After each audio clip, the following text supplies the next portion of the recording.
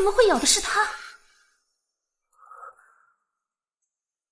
是我弄疼了你，还是你不愿意嫁我？嫁给你？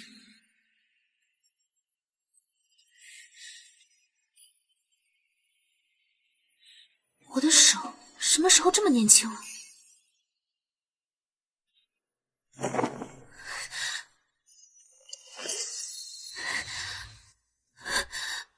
我重生了，回到了出嫁这天。可是怎么会嫁给只能再活3个月的裴如妍呢？世子新婚夜怎么生气的走了？如今嫁给他木已成舟，难不成3个月后守一辈子寡？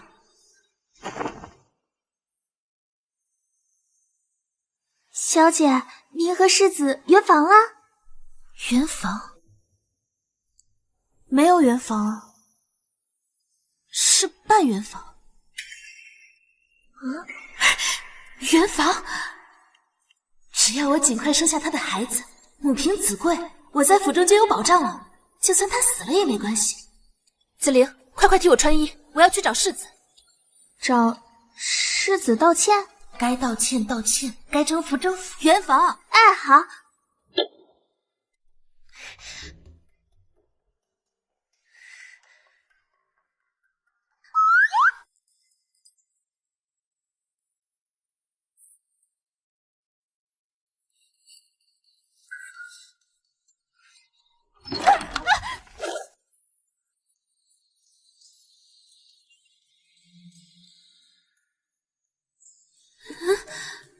怎么软软的，还不疼？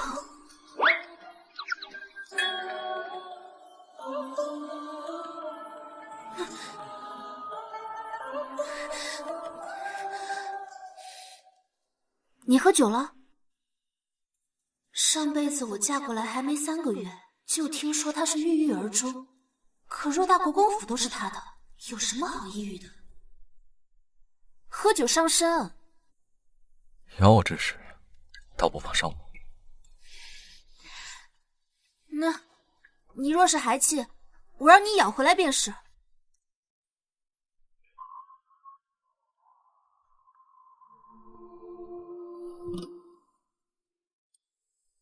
从冷淡到热情，不过半个时辰，夫人就有2副面孔，天下熙熙，皆为利来。夫人到底想从我这里得到什么？今夜是新婚之夜，我想同你在一起。夫人想和我在一起？因为我必须要和你有个孩子。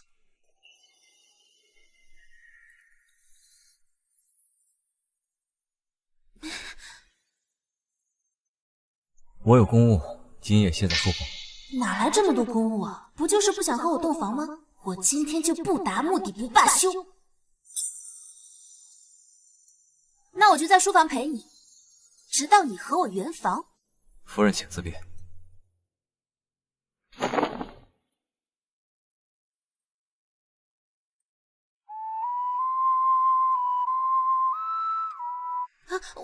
我就是有点冷。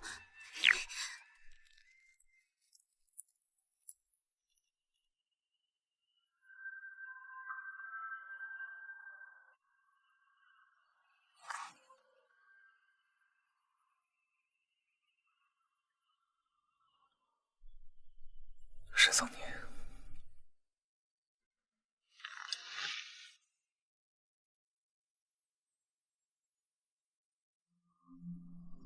沈桑年，你就是个小骗子。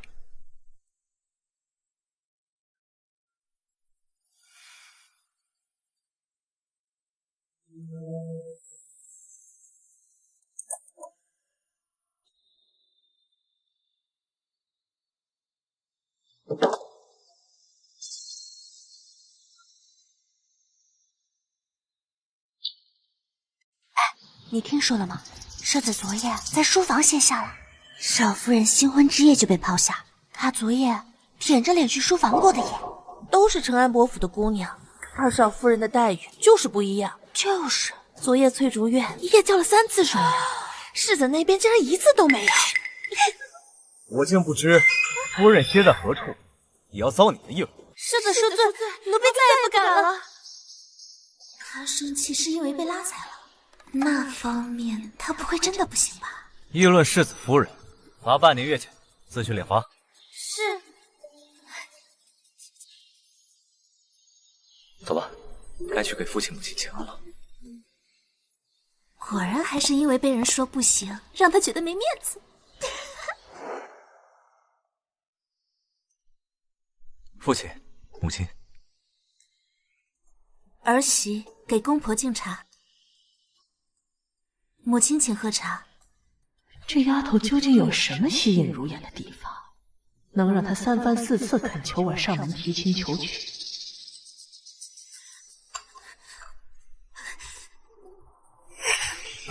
茶太烫了，母亲喝不了，你去换盏温茶。他竟会替我解围。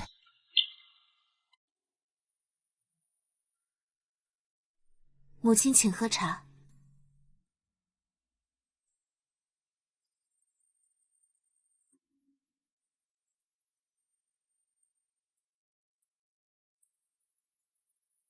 沈氏，如今我还在长家，不需你为府中事务劳心。你作为长媳，要早些为允儿开枝散叶。行了，你先回去吧。是。如也留下。当初这门婚事，你3番4次求娶沈桑宁，我才随了你的意。眼下这成了婚，你为何在新婚夜抛下他，去了书房？我怎么？既然娶了人家，就要负责。是他昨晚突然不愿意的。到底为何？怎么不说话了？昨晚我有公务在身，我先走了。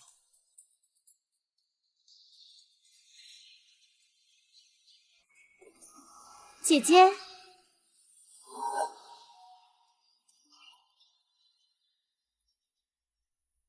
姐姐昨晚世子没有和你圆房，这母亲可有为难你？不过你也别往心里去。母亲虽然骂人话难听一些，但是妹妹怎知我和世子没有圆房？贞洁帕已经检验过了，没有问题。母亲更是没有为难我。姐姐，在我面前你就别装了，你圆没圆房我还能不知道吗？那贞洁帕上的落红，怕也是你割破手指伪造的吧？怎么会没有伤口？姐姐，你骗得了一时，骗不了一世。若你无法生下孩子，就不可能在宫府立足。这昨夜我跟二郎如此卖力，怕是要早比姐姐先生下孩子了。妹妹为何如此笃定？我自有法子，而且我还知道我的夫君将来一定会有大造化。妹妹怎知二公子会有大造化？难不成你能预知未来？难不成你能预知未来？姐姐，你怕不是那话本子看多了吧？我的夫君那是才华横溢，文武双全，将来必成大器。没准之后他还有机会上战场，立功加爵呢。上辈子裴彻确实在战场上立下汗马功劳，可若非我在后方为他砸钱砸关系，他怎么可能在10年内就做到大将军的位置？沈妙仪只看到了裴彻光鲜亮丽的一面，却看不到我在背后的付出。算了，我跟姐姐说了你也听不懂。反正呀，这世子是不会有子嗣的，你就等着守完活寡，守死寡。你怎能如此不敬长嫂与兄长？你敢打我！嫂嫂，你在做什么？为何打我夫人？二郎，妙妙不知道做错了什么，竟让姐姐如此动粗。淼淼无辜柔弱，不知道是哪里得罪了嫂嫂。裴彻，上一世为了辅佐这纨绔成为大将军，我劳心费力，外人看我光鲜，实则落得一身病痛。这一世终于摆脱。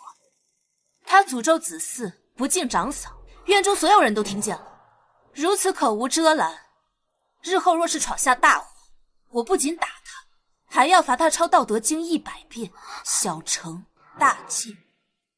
淼淼就算说了，也只是一时口误。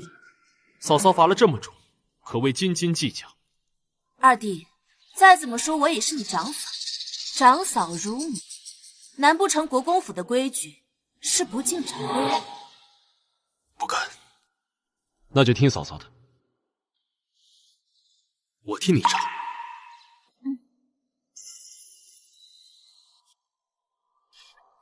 要尊敬长嫂。夫人在高兴什么？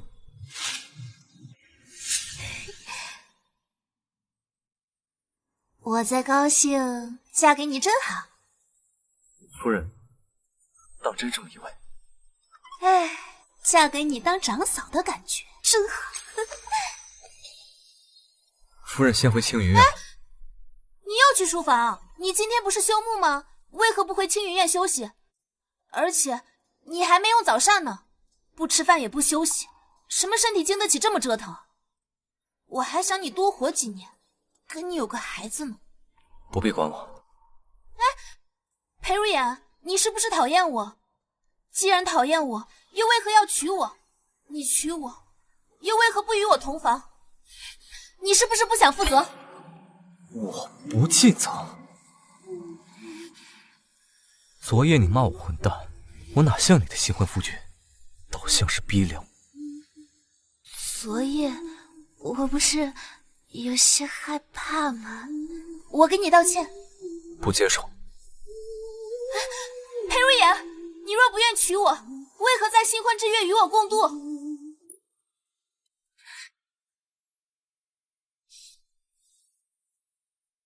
昨夜我同你说的话，你不记得了？难不成我重生前他说了什么？你说什么了？没什么。你还没回答我问题呢。昨晚已经回答过了。昨晚我兴许昨夜睡糊涂了，这才不记得。要不你再说一次吗？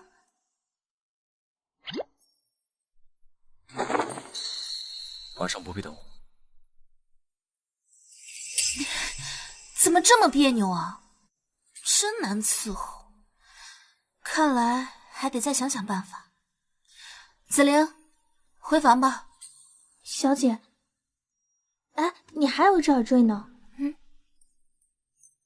不小心掉了吧？小姐，你与世子的关系这么僵持下去，奴婢担心日后回门，世子那边不好说话。他肯定不会跟我回门的。上一世他因为公务繁忙，也没陪同沈妙仪回门，这次也定不会陪我回门。啊，那小姐岂不是又沦为笑柄了？嘘，谁敢笑话世子夫人？好了，不用再自寻烦恼了。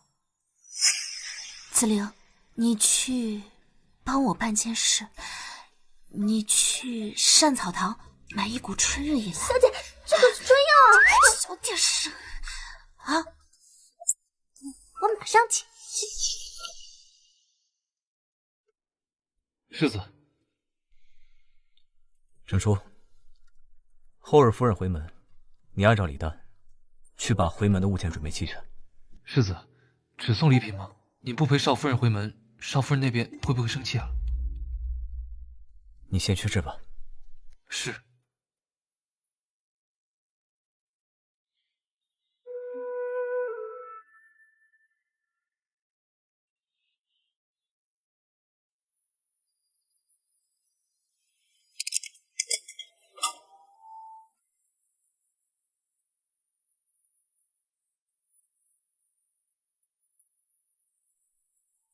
看来他真的不记得了。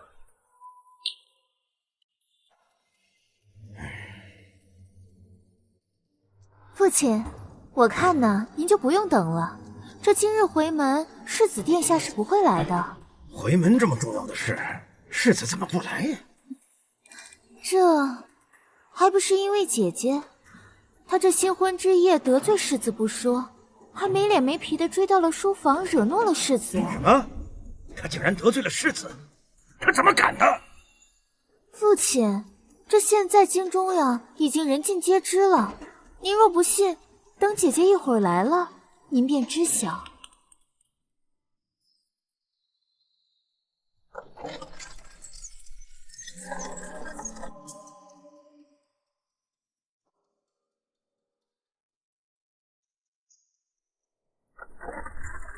桑宁，世子呢？世子休沐今日结束，公务繁忙，故没回来。回门这么重要的事，就算公务繁忙，也会陪你回来的。我看正如你妹妹所说，定是你得罪了世子，她才不愿来的。父亲，姐姐，我看呢，你就不用解释了，一定是你得罪了世子，不然这为何世子人没来，连个回门礼都没有，就这样让你两手空空？哪像我家二郎，可是带了很多珍贵的礼物陪我回门呢。出嫁前我是怎么跟你说的？出家从夫，你这倒好，新婚夜就与世子闹不和，是诚心让我们沈家蒙羞吗？我没有你这样不知羞耻的女儿，你给我滚出去！撤，撤！吁！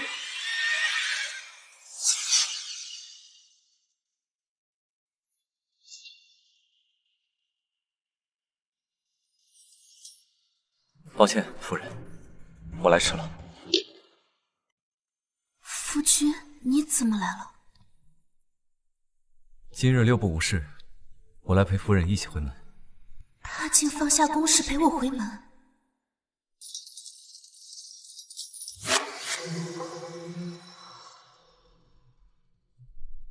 为了备礼来晚了些，想岳父不会介意吧？啊，都是小女不懂事，世子可别见怪啊。这怎么可能？还有，我和夫人二人之间的事情，容不得他人多嘴，望各位周知。为什么会这样？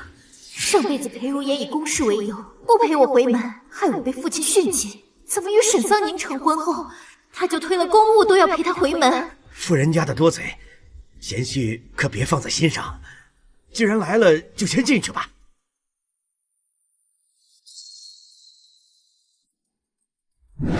苗苗，你不是说沈桑宁不受世子重视吗？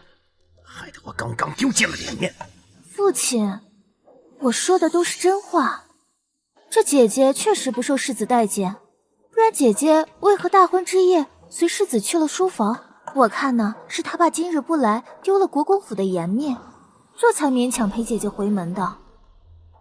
父亲，女儿说的都是真的，大家都知道。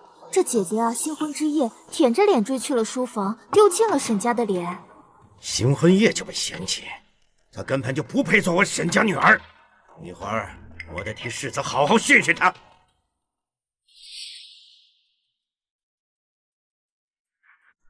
还傻站在那儿做什么？难道这就是沈家教你的规矩吗？回门该拜见父母的，还不赶紧来敬茶？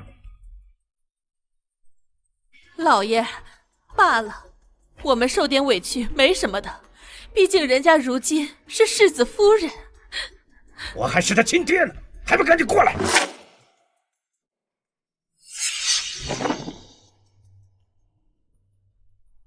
小婿和夫人自是要给岳父、岳母敬礼，让贤婿见笑了，都是小女不懂事。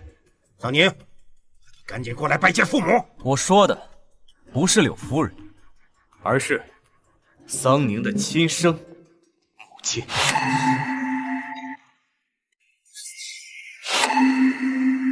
裴如言怎么会帮沈桑宁撑腰？岳母亡故多年，自是喝不上这盏茶。按道理，我与夫人应该进祠堂给母亲敬香。祠堂在何处？母亲的牌位在我房中，不在祠堂。父，这是何物？桑宁的娘出身商贾，我们伯府没有商贾之女入宗祠的先例。您的原配正妻竟不配入祠堂？还是说我岳母配不上你的沈家？鲜血哪里的话，国公府世子的岳母的灵位，自然也能进宗祠。今天就进，今天。父亲，不必了。母亲常年与我作伴，想必也不屑在沈家祠堂。任桑宁，你如今成了世子夫人，连父亲的话也要反驳了吗？既如此，我们将母亲的灵位带回世子府，可好？好。上辈子我为了将母亲灵位接走，想尽办法，拼尽全力，可最终无可奈何，从未能想过此生能将母亲灵位接走。不可！怎可将桑宁母亲的灵位放在你们夫妻房中？这不行！岳母的灵位，我自然不会放到我与夫人房中，我会将岳母的灵位供奉到国公府。兄长，这不合规矩啊！再说了，父亲和母亲也不会同意的。是呀，这姐姐的生母怎么配？父亲和母亲那边我会去说，至于规矩，夫人的母亲亦是我母亲，孝道就是规矩。岳母只有我夫人这么一个女儿，既然她在你们夫家遭受排挤，那我这个做女婿的也该孝顺一样。岳父不会不同意吧？当然同意。多谢。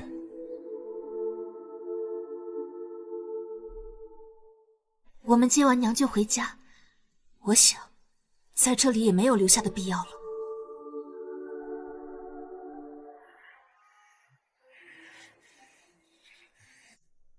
沈桑宁真是烦了！岳父消消气，我兄长就那脾气。喝茶，喝茶。你不是说沈桑宁不得宠吗？我看着一点不像。早知道你不如嫁给世子，多么风光无限呢！哎呀，娘，这个沈桑宁啊，她只是一时风光，过不了多久，她就会守活寡了。况且她也生不出来孩子，待日后我为国公府生下长子，成了那国公府的主母，就一定会让她在我的手下生不如死，还想让她那死了的娘入了国公府的祠堂跟娘争。到时候呀，把她娘的灵位劈了，给您当柴烧。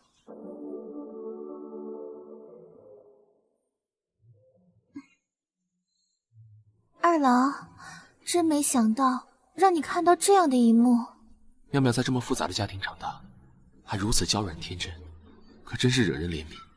二郎，有你真好。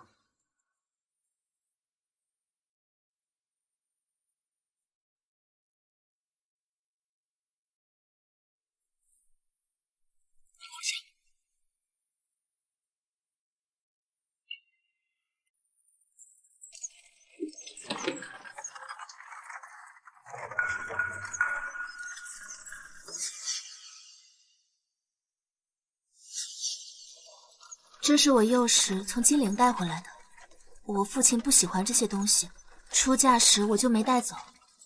但现在不用在意他的感受了，可以把这个带走了。好，今天吧，谢谢你陪我，也谢谢你为我母亲出头。陪你回门，替你出头，本就是应该的。母亲的灵位进府中祠堂，国公府。你不必担心，父亲母亲那儿有我想办法。那我们要不要聊聊子嗣的问题啊？夫人是真喜欢孩子，还是想让孩子巩固地位？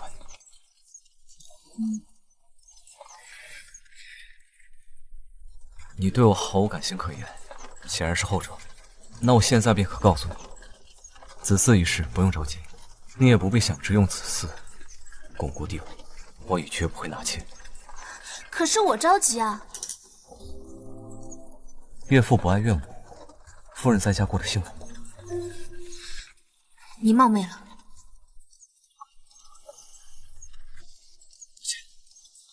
我只是觉得感情不睦，不是非得要孩子。你想要孩子巩固地位，可有想过孩子的感受？可世上的夫妻大多受父母之命、媒妁之言，难不成都不生孩子？再说了，国公府门第高，孩子出身好，你我又是好父母，难不成还能委屈了孩子？不是委屈，是我不愿。你不愿？那你新婚夜还碰我了，我脖子都让你亲红了。那是因为世子，少夫人，国公府到了。今日起，我都会住在书院，你不必再寻我。那怎么能行？不相爱就不能生孩子，那你得活过3个月呀！今晚就下药。虽说用点药手段下作了些，但是正经夫妻用点药怎么了？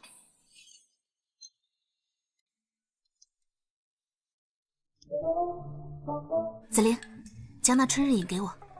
少夫人，你确定是今天吗？你前几日还磨刀霍霍的，怎么今日就害怕了？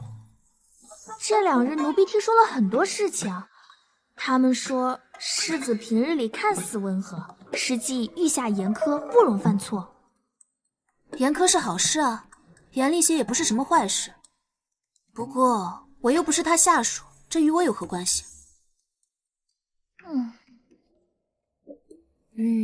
天色不早了，你去请世子过来吃饭。若是他不来的话，你就同他说，我有件无关子嗣的大事，同他商量。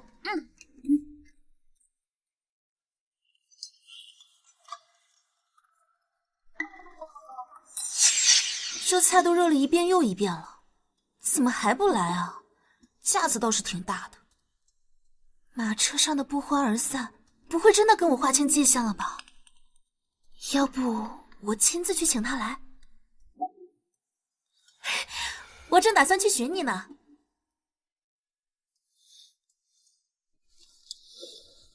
马车上，夫人可不是这般好脾气。夫妻之间哪有隔夜仇嘛？若不是需要你给我个孩子傍身，我才不愿热脸贴你冷屁。说吧，夫人要同我商量什么事？先吃饭，吃完再说。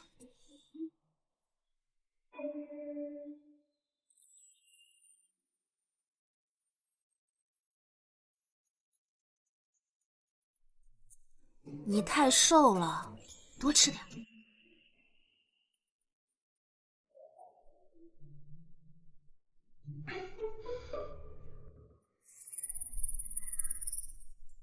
以他的性子，主动跟我献殷勤，就不是什么好事。夫人叫我前来，不会就是看我吃饭吧？我吃，我也吃。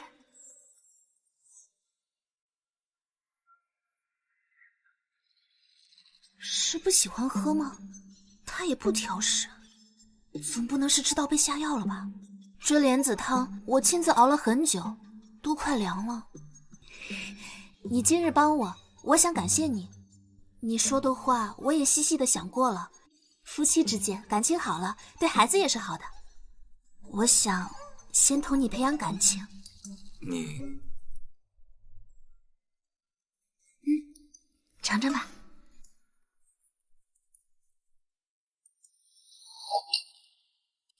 世子，不可！莫不是下药被发现了？少夫人，你有所不知，世子他对莲子过敏，又是吃了一颗莲子，昏迷了2日呢。什么？过敏？哎，行了，退下吧。是。你刚刚为何不同我说你对那莲子过敏？夫人，我……你是不是不愿同我生孩子，故意不告诉我你对莲子过敏，好以此为理由都避开我？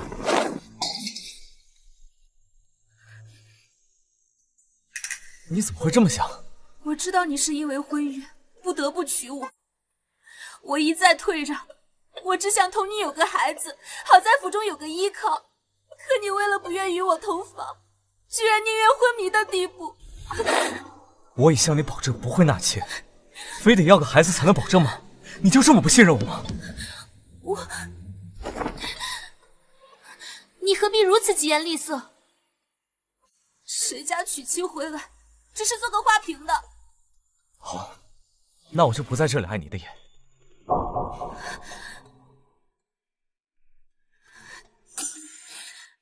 你对我如此冷淡，我怎能相信你说的话？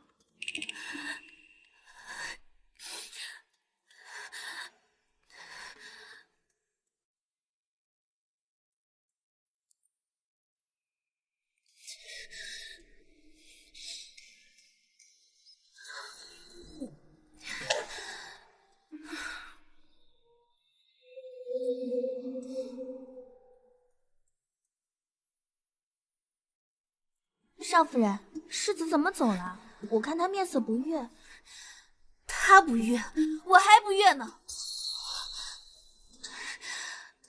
怎么这般热？少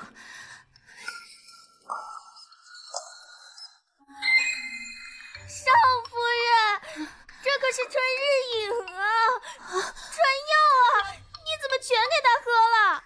这不是清热的药吗？奴婢害怕被人发现，就把春日饮分装换到了清热的药瓶里。什么？这可是猛药啊！我去找世子。不行，方才刚同他吵了一架，你去找他，他会怎么想？去帮我备些冷水，再去外头买个能解药的小玩意儿回来。去。少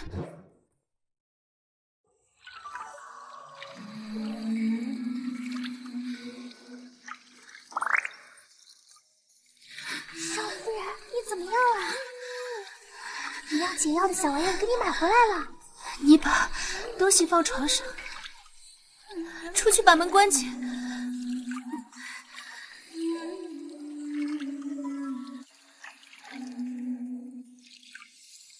为了少夫人的安危，我还是去找世子吧。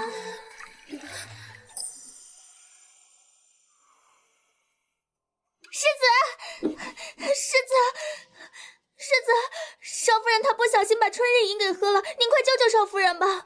什么是春日饮？能圆房的药。春药。春药。绑着丝绸的2个铃铛，这就是紫菱找来能缓解春日饮的小玩意儿。可是该怎么用啊？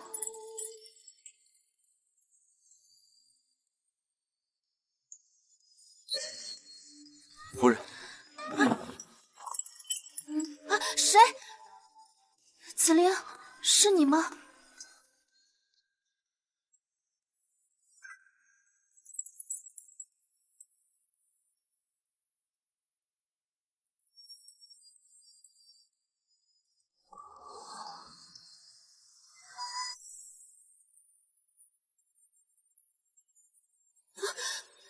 世子，怎么是你？你要做什么？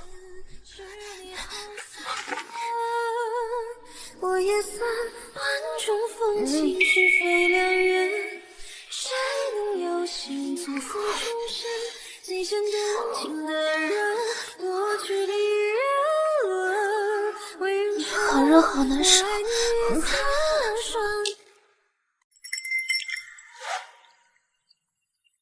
你要做什么？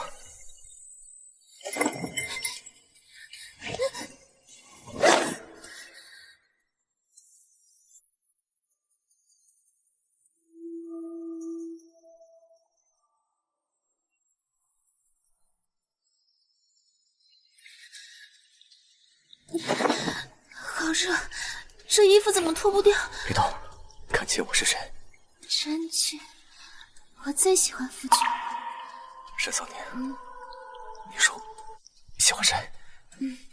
喜欢你啊，我的夫君。当真喜欢我？你从不会拿我撒气，也不乱喜欢别人，而且还会替我出头。最重要的事情，自己会升官。是你好烦，我也算万种风情，是非两人。谁能有幸错付终身？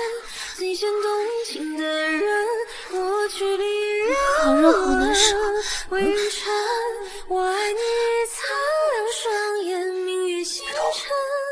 不远万里，口入心门。一个孤僻的春，摘花。你中了春药，脑子不清醒，故意做此事。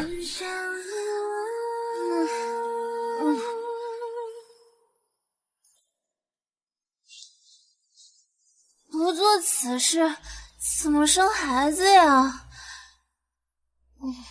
其实那个春药是给你准备的，还准备了许多，放在床头的柜子里了。一次不行就2次，谁让你不跟我圆房呢？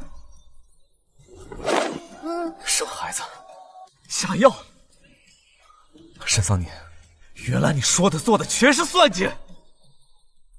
来人，倒盆凉水来。放这儿。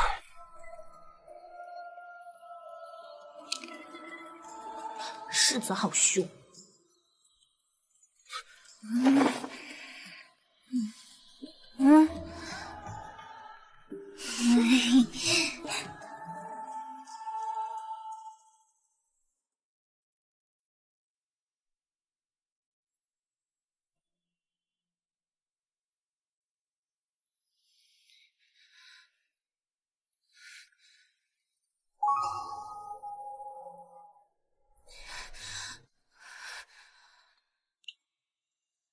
这不是我幼年时在金陵外祖家布坊制作的一匹帕子，你怎么会有？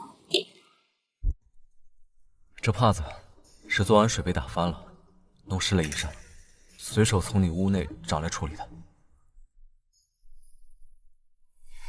哎，等等，夫君，昨晚我那样不堪，你为何还是不愿与我同房？你说为何？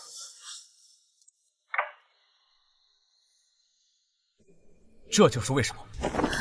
夫人为了同我睡觉，真是煞费苦心。春日隐，你怎么会知道在那儿？这可是夫人昨晚亲口告诉我的。你为了跟我生孩子，巩固府中地位，竟想到如此下三滥的手段作践自己。你既已知晓，我也不做狡辩。是我不对，我不该对你用药同房。可这事也没成啊！没成，不代表没有这件事。你何必如此生气？你我本就是夫妻，用些药，最多是情趣罢了。再说了，你对吗？你孑然一身，生不带来，死不带去的，而我在府中只有一人。我想要个孩子，有错吗？若不是你不愿与我同房，我会用药吗？你怎么就不理解我呢？还说我下贱。只有一人，你还是不信任我？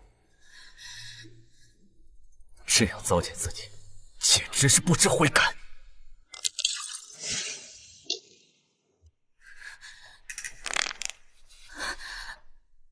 这件事就这么让你生气吗？你好好说话，何必弄伤自己？我身侧不缺虚情假意惯坏的人，夫人不必假好心。你说我虚情假意？你在我床边坐了一夜，就是为了拿这个药来对我兴师问罪。好，你既认定我对你虚情假意，你大可离开，以后两不相见。好，两不相见。若你只是为了给我生孩子，那我这辈子都不可能跟你圆房。既然如此，当初何必娶我进门？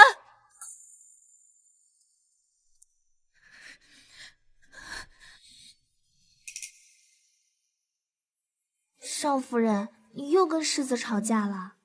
昨晚世子给您擦身子，照顾您一晚上没怎么合眼。你说他照顾了我一整晚？可他宁愿纡尊降贵照顾我一整晚，都不愿与我同房。少夫人，奴婢这2日和国公府的小伙伴们混熟了，听说了关于世子的事情。什么事情？是关于世子的桃色暴力事件。听说啊，世子16、17岁时心目一小姑娘，还临摹了画像，结果这画像被一小厮看见了，世子当场发火，就把这个小厮发落了。那姑娘是谁啊？世子爱慕小姑娘的消息传到国公爷耳里，他把世子好一顿训斥，还把画烧了，硬生生断了世子的念想不说，还警告世子，若再想着那姑娘，就让他全家吃不了兜着走。上辈子怎么没有听闻过此事？你确定有此事吗？奴婢听府中老嬷嬷们说的，不过没人知道这小姑娘是谁，据说家世不显。莫非裴如眼不愿碰我，甚至前世不愿碰沈妙仪，是为这爱慕的女子守身？少夫人，如今您没有子嗣傍身，又总与世子吵架，若世子不庇护着您，这国公府都不是什么善茬。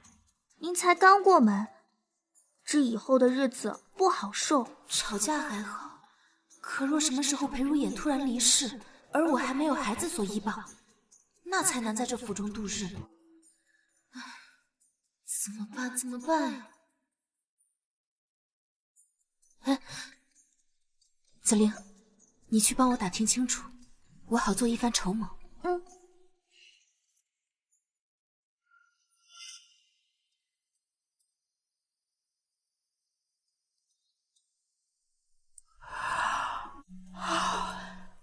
也不知道子玲打听的怎么样了。至于裴如眼，那我这辈子都不可能跟你圆房。他定是不会再来了。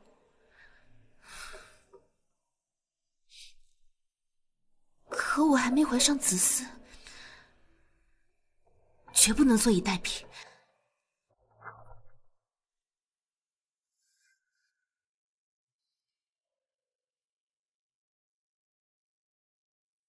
你怎么来了？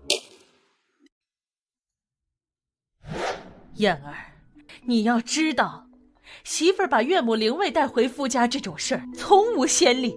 你若执意如此，便让沈氏来见我。母亲，这是我的意思，一是我的责任，岳母无子，作为女婿，也应该担起为人子的责任。岳母被伯父所弃，倘若岳母如今还在世，也应该将她接入公府，老有所依。而岳母早亡，若我裴氏祠堂，又有何不可？你这般，仅是为了你夫人？只是尽孝。罢了，你有孝心本就是好事。身为世子，品性纯良，往后家族重担交给你，我也放心。多谢母亲。等等，但我有个条件，彩云，府中多年无新生，如今已成婚，作为长房嫡子，更当做表率。往后你每月初1、15、20要去沈氏那里过夜。你若不同意，这灵位就不允。是母亲让我来的，往后每月初1、15、20，我都会歇在狱中。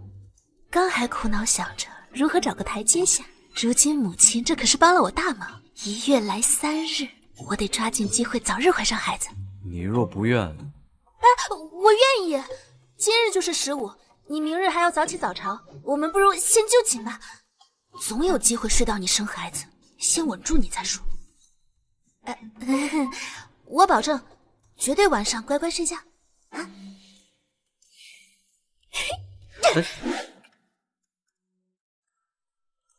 什么东西硬硬的这么硌人？什么东西这么软？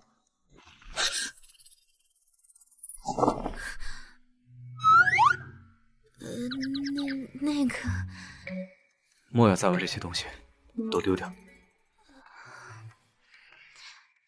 还是说你不想丢？丢，都丢掉。我平日不玩这个，昨日是因为吃错了药，还有那药原先也丢掉了，这只是个误会。你昨日说的话可是真的？哪句话？你说你喜欢我。他心中已有倾慕女子，我也保证守规矩，只是同情。因睡他生子的事情已得罪他2次，想来是在试探我的心思，我不能表现急切，让他更加防备。可是真的？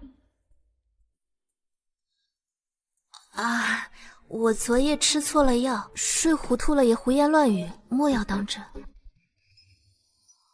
好，糊涂了，就当我没听见。怎么又生气了？算了，明日再从长计议。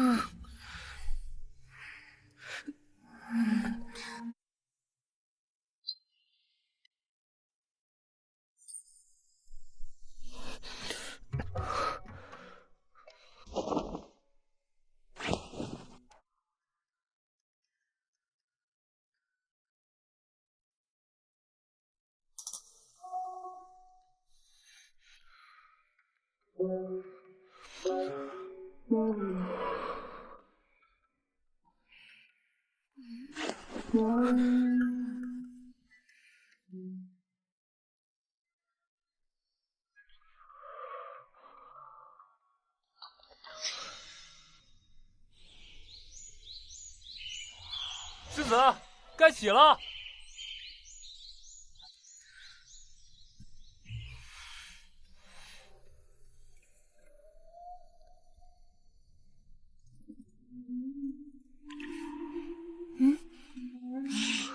夫君早啊。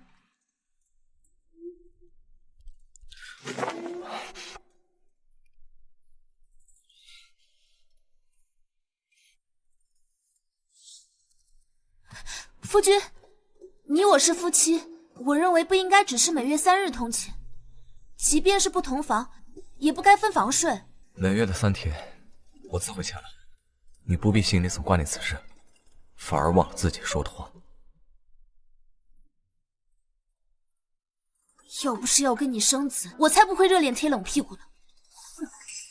恭喜少夫人，贺喜少夫人，终于拿下世子芳心。昨晚没有同房，前路坎坷，多有险阻。紫菱，你去把床角那小玩意收好，拿去扔了，别让人看见。奴婢明白。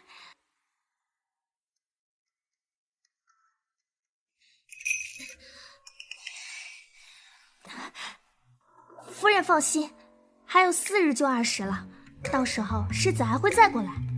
还有4日就是20了，过几天裴如眼就要出府治理水患的事。我怎么把这事忘了？紫菱，你快去书房找一下治理水患的书籍来。少夫人，你要这个做什么呀？说了你也不懂，哎，快去啊！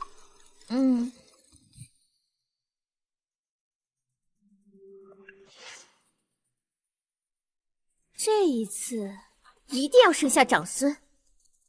主子，你一直让我盯着青云院，昨夜世子在青云院歇着了，还叫了3回水了。什么？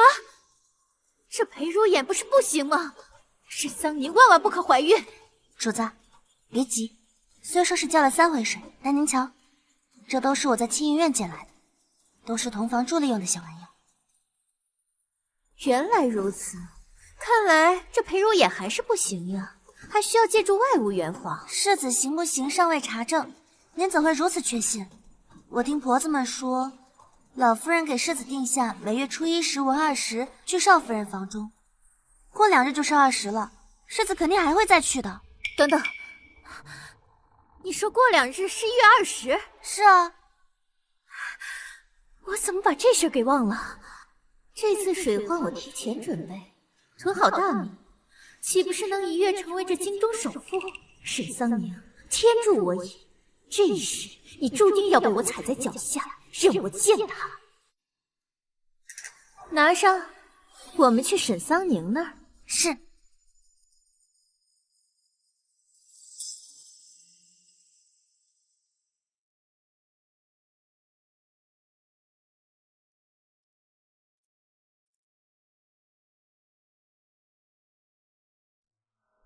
你来做什么？姐姐做事竟如此不小心，幸亏是被我捡了去。这要是被旁人捡到，怕不是整个国公府都要知道姐姐跟世子要借助外物了。我竟不知妹妹如此爱听墙角。你以后呀，这既无权钱在身，又无孩子在手，可我的夫君日后必成大器。姐姐，过几日，若是你吃不上饭来跪求我，可别怪妹妹今日没有给你讨好我的机会。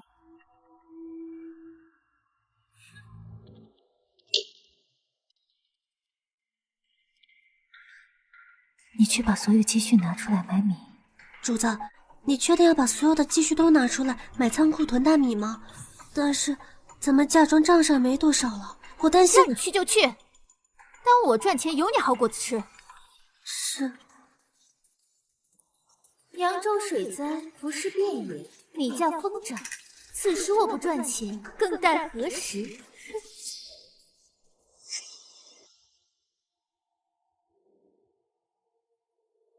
少夫人，方才我见素云鬼鬼祟祟出府，以为是要办什么大事，跟了一路，发现她进了城内多家米店。二少夫人买那么多米做什么？买米？莫非是因4、5日后扬州水患，此时囤米，届时高价售卖？神庙一竟心黑到连这钱都赚。紫菱，你快去查看他们之后还要做什么。嗯，好。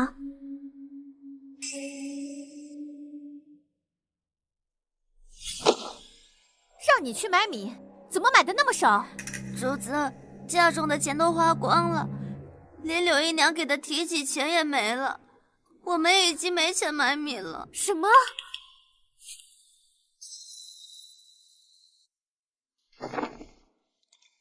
二郎，我最近缺银子用，我盘算了一下，大概缺个7、800两，你可否从府上支一些给我？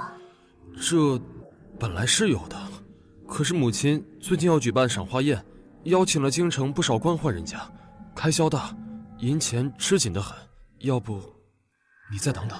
我可等不了，赏花宴这是一笔大支出，府中账上支使多少钱财都有理由。若是我来操办，府中钱财岂不随我用？夫人，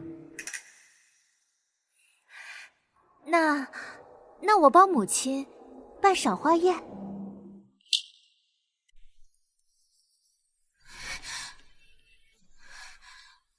你要入宫？有事要与陛下商量。哎，等等！我突然同他说水患一事，他定不会相信。可我若不说，水患发生再去治理就晚了，怎么办？夫人，今日还不是2时。我知道，我有别的事情要同你说。过几日，扬州会发生特大水患，冲破堤坝，毁坏家田，饿殍遍野。这时节，江南水患少有，连朝中官员尚未得到消息。夫人是从何得知到消息的？还是说夫人会预卜先知？裴如言本就审慎敏锐，该如何解释才能让他相信？我自幼在金陵长大，见过类似的事情。因为少有，所以容易被忽视。有1年水患没有得到及时防护，就导致死了很多百姓。夫人，帮我准备笔墨纸砚。陈中书侍郎裴如言，冒死进言陛下，今观江南目下虽安然无恙，燃往昔水患之剑，查诸多隐患，预感水灾将至。你信我？可若是水患未发生，这便是欺君之罪啊！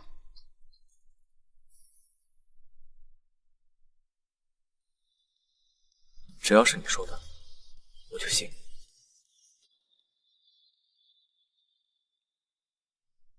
与其被说欺君，那也不能冷眼旁观数以万计的百姓死亡，流离失所。更何况如你所说，若不加速防范，恐酿大祸，悔之晚矣。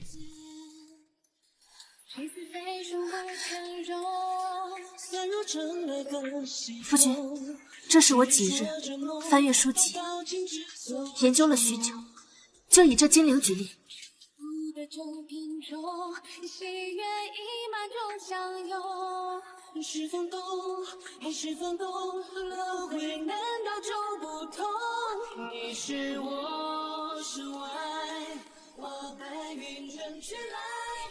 夫人，我想到了治水的法子，不知夫人是怎么想到这治水的法子？裴如也，这是上辈子你研究出的方法，只是当时你接手处理水患的时间已晚，也严重到无法控制。夫人，幼年在外祖家，每逢水患就听到他们治水的方法，便记下了些。按照你这图纸所说，依金陵这地势是北靠群山岩岭，南连阔源，非但可保堤坝无虞，免遭冲毁之患，还能使缺水之地享水利之福。夫君，你自小在京城长大，怎么会对金陵的地势如此熟悉？幼年曾与重要之人在金陵久待过一段时日。重要之人，大概是心悦多年的那个女子吧。夫人幼年在金陵外祖家，可有什么深刻的记忆？我自幼顽皮，府中姐妹都不愿与我相处，整日也就和织布房的婆子们打交道。深刻记忆便是织布房了吧？没有其他的吗？都过去许久，我哪记得清啊？他果然把我忘得彻底。夫君，你与那重要之人在金陵可有深刻记忆？小叫花子不会说话，快来打死他！打死他！打死他！打死他！打死他！打死他！走开，走开！不许欺负人！你都走开，走开！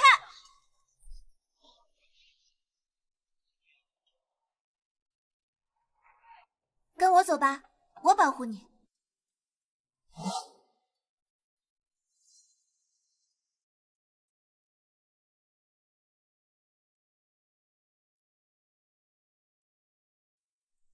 人，不该进宫，乘走圣上。是因为我提及他喜欢的人，让他觉得我多管闲事，不开心了吗？夫君，即便是欺君大罪，我也与你一同承担。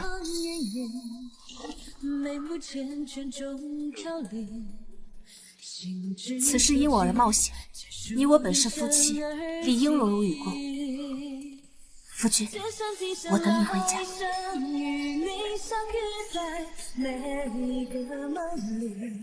裴如也，我虽无法全然预知这一世是否会降临那场毁灭性的水患，无论结果如何，我都将坚定不移地站在你身边，不离不弃。13岁，你忘了我与你的关系，哪怕你这辈子都不会爱上我，我都会守护你，一世平安。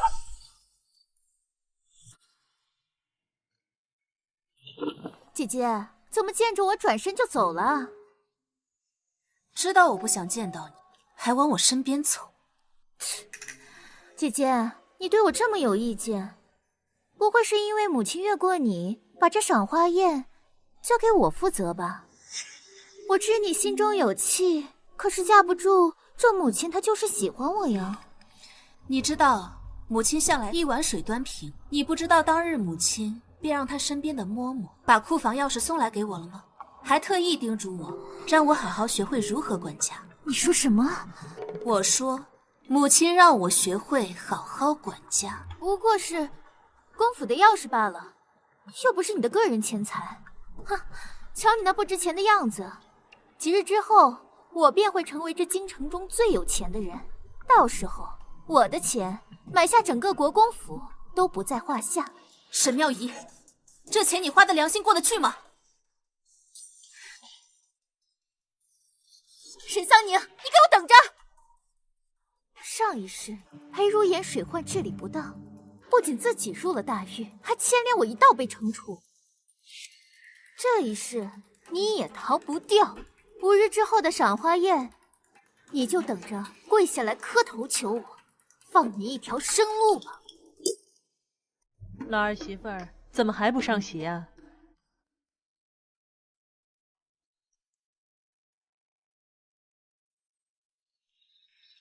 这是什么？全米宴？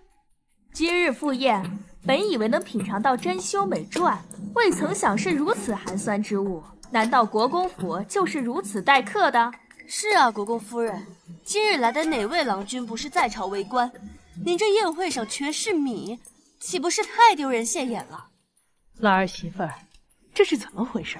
这全米宴就是珍馐美馔，今日后水灾马上就要蔓延到京城，到时候米价如金，这等全米的宴会，京城绝无第二个人能办。确实听说南方有水患爆发，我记得前朝水患爆发，白米一夜之间涨了数倍，竟然只有宗室人能吃。若当真如此的话，这宴会确实珍贵。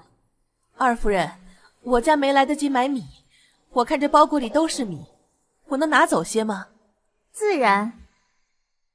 二少夫人果然大方，怪不得国公府不让世子夫人举办赏花宴，而是交给了二少夫人。国公夫人果然有个好儿媳呀！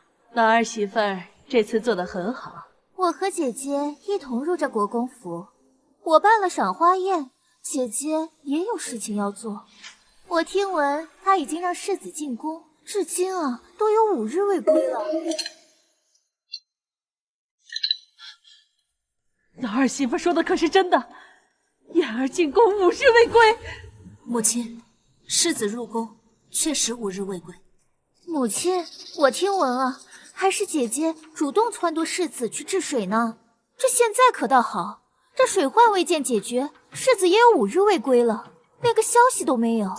这说不定是治理不当被皇上惩处，现下已经入狱了。我朝从未有过臣子入宫5日未归的先例。前些个月我听说有个大臣入宫3日未归，结果被抬了出来。这裴世子进宫5日之久，这怕是凶多吉少啊。照这看来，那裴世子莫不是已经被下了大狱？都说娶了贤德之妻，如虎添翼。你们看裴二公子，虽平日顽固了些，但这二夫人倒是心细，还提前考虑给我们送米。裴公子娶了她呀，往后少不了家宅兴盛。是啊，看看世子夫人，竟然撺掇着世子惹下大祸，真是让世子倒霉。这姐妹俩真是天差地别，一个似那福星为丈夫添福气，一个像那个扫把星就是为丈夫添灾。老大媳妇儿，你怎能如此莽撞，让燕儿去治理水患呢？都是承安伯府的姑娘，行事你怎么就不起老儿媳妇半分？还好娶了苗苗为妻，若是当初娶了这毒妇，今天要被降罪惩处的可就是我了。母亲，夫君入宫治理水患，确实是我让他主动去的。但是，心系百姓，何错之有？如今水患肆虐，万千百姓流离失所，世子身为朝廷命官，更是应尽的责任。救百姓危难，何错之有？为陛下分忧，何错之有？有好的方法能够减少生灵涂炭，非要眼睁睁看着灾难的发生吗？倘若世子真的因为治理水患而被惩处，他为百姓所做的这一切，足以名垂青史。哪怕是要他的性命做抵偿，他也是死得其所，他的一生也是有价值的。我作为他的妻子，哪怕因此而受到惩罚，我也心甘情愿。心怀百姓，为圣上分忧，此等言论较之于朝堂百官一毫不逊色。世子夫人实在是深明大义呀。世子夫人这话说的好像也有几分道理啊。就她为百姓的这份心，也是值得敬佩。老大媳妇儿，你姐姐，你可千万不能被姐姐的一番话给迷住了。这姐姐这么做，将我们国公府置于何地啊？母亲，你想想，姐姐现在一门心思都想成为治理水患的大英雄，却是拿我们整个国公府的安危作为赌注。这若是世子治理不当，被皇上惩处入狱，岂不是连累我们整个国公府？他现在是拿我们国公府的安危做赌注呢。老二媳妇说的不无道理。老大媳妇儿，你怎么能如此不顾全大局？母亲，我所做的一切都是为了国公府好啊，救百姓也是为了国公府积福。倘若为了一时的安逸，眼睁睁看着百姓受苦，这不仅仅是国公府的耻辱，更是世子的遗憾啊！沈桑宁，你还敢狡辩？身为国公府的世子夫人，你的丈夫不仅仅是你的丈夫，他还是国公府的希望。为了所谓的拯救百姓，连带着把整个国公府都推到了悬崖边上，还敢说是为了国公府好？你太让我失望了！来人，是时带到祠堂去跪着。上一世宫中传来惩治裴如眼的旨意，我连着一并被惩处入狱。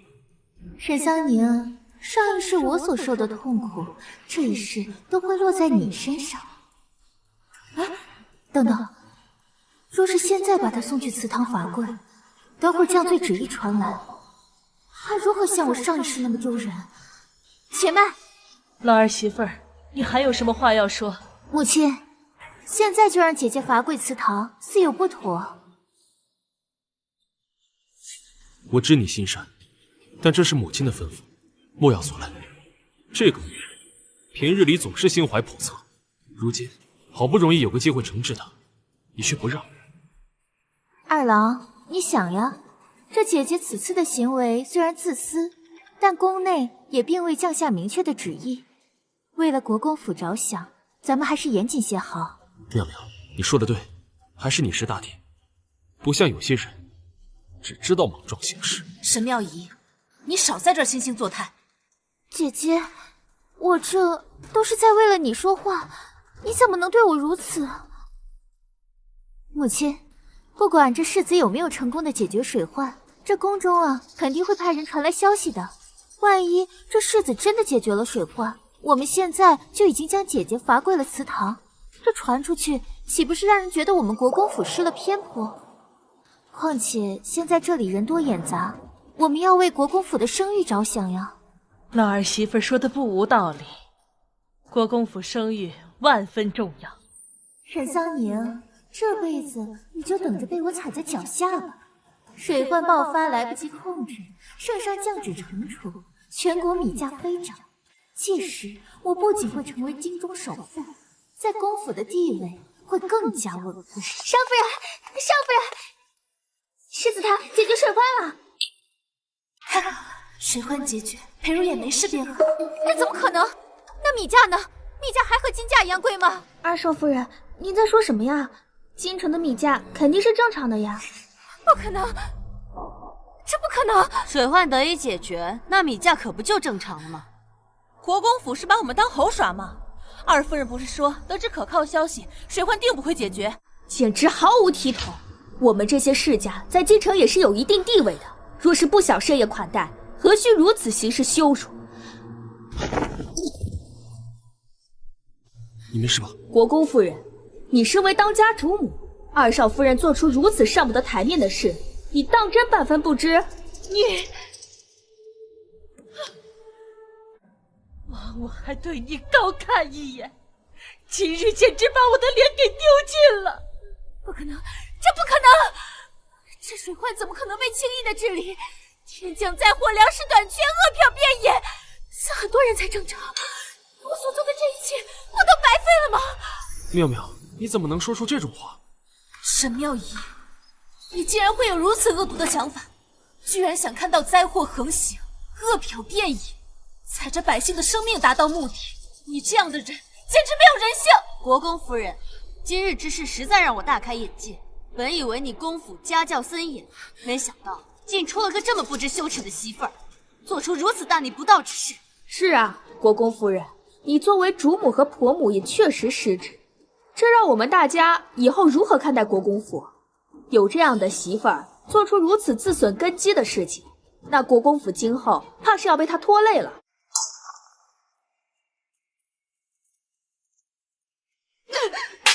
你还有脸说出这种话？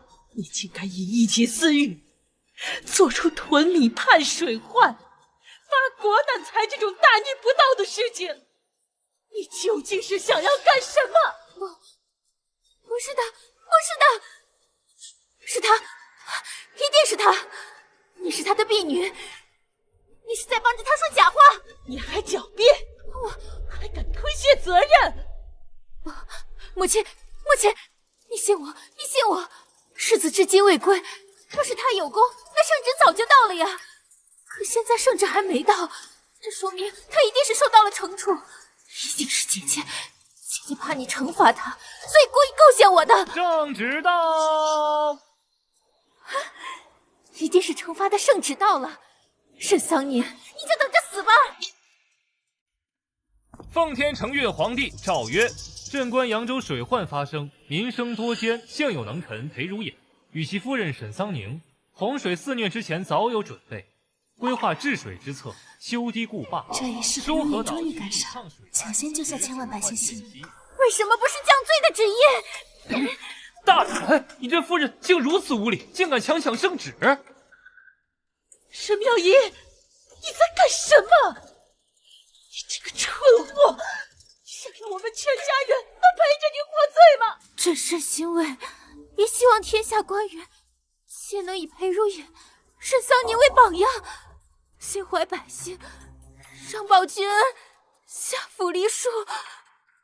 不可能，不可能，不可能！这怎么可能？裴如也明明错过最佳治理水患的时间，我的钱，我的大米，这怎么可能？夫人，你没事吧？沈桑宁，沈桑宁，你这个贱人，都是你害的，是你让我变成今天这样，我一定会把你踩在脚下，我要让你求生不得，求死不能！沈桑宁，劳烦公公跑一趟了。今日弟媳身体不适，胡言乱语，让您见笑了。多谢公公，今日之事，还望公公海涵。无碍，这位便是世子夫人吧？国公夫人娶了个好儿媳。圣上此次更是对裴世子轻言有加，夸赞世子夫人德容兼具，赏赐随后便会入府。咱家还要回禀圣上，就不多待了。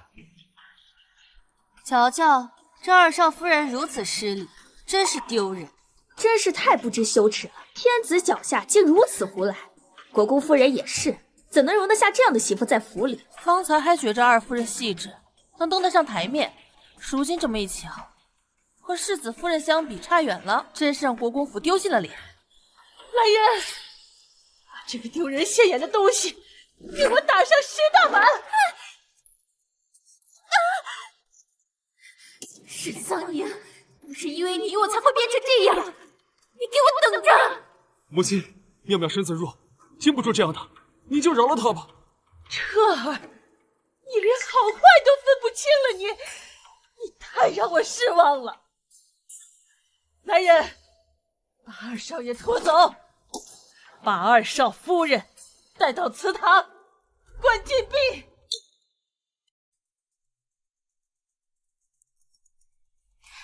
主子，为什么水灾没有发生，我反而被打了，关了禁闭？沈桑宁人呢？世子和世子夫人回乡祭祖了。回乡祭祖就是裴如眼的亡命之时。沈桑宁，你终究要走我的老路，嚣张不了多久。哼，祭祖，对，素颜，水灾发生之后，不是有人特别讨厌裴如眼吗？赶紧把回乡祭祖的消息透露出去，包括准确位置。是。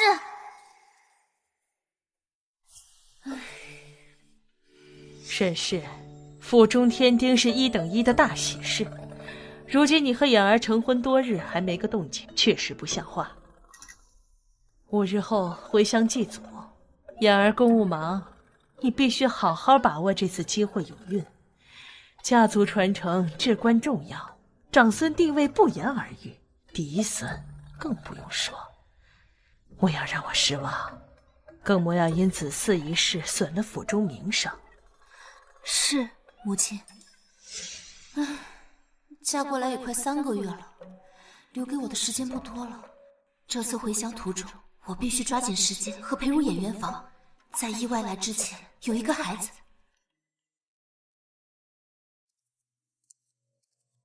夫人，床铺都已收拾妥当，怕您睡不好，我还特意多垫了一层褥子。子令，这里竹子颇多，定有竹笋和兔子。咱们今晚就吃竹笋和兔子加餐。你去准备些工具。好。婆母可是派人盯着，今天晚上咱俩可必须睡一间房。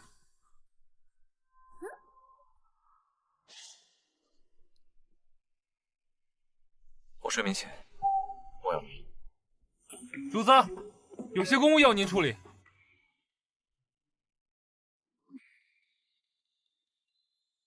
我睡眠前没有乱动，我睡觉老实得很呢。不过只要睡在一起，就有机会孤男寡女共处一室。到时候我这里摸摸，那里碰碰，就不信你对我没感觉。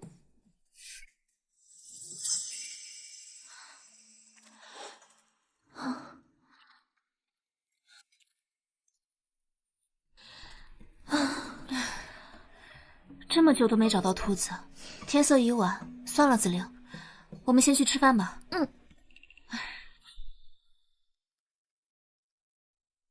哎，是兔子，我和子令找了一下午都没找到，你们这是从何而来的呀？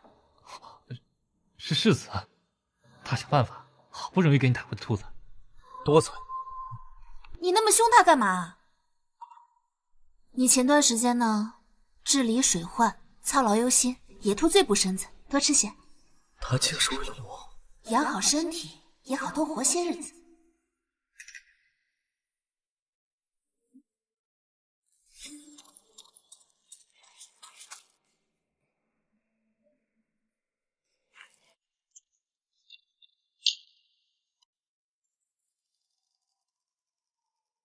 夫君，你等等我。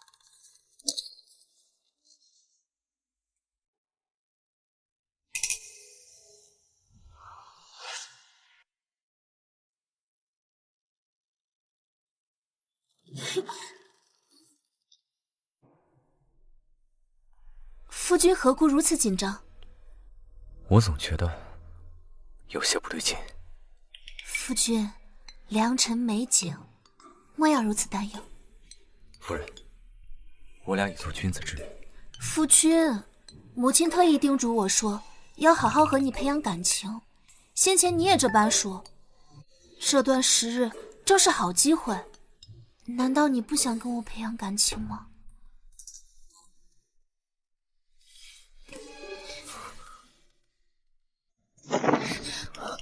夫君，你我夫妻之间床地之事，你无需特意避让，更无需忍耐。夫人，这种事情要两情相悦之人才会让彼此都舒服。怎么脚下软软的？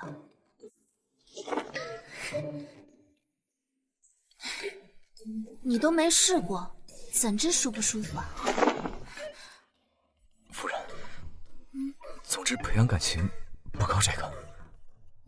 那靠什么？踢床干嘛？我主上，床下有刺客。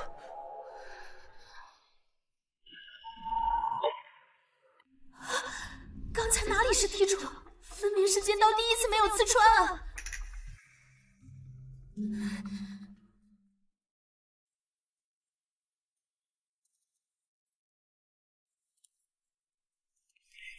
拿命来！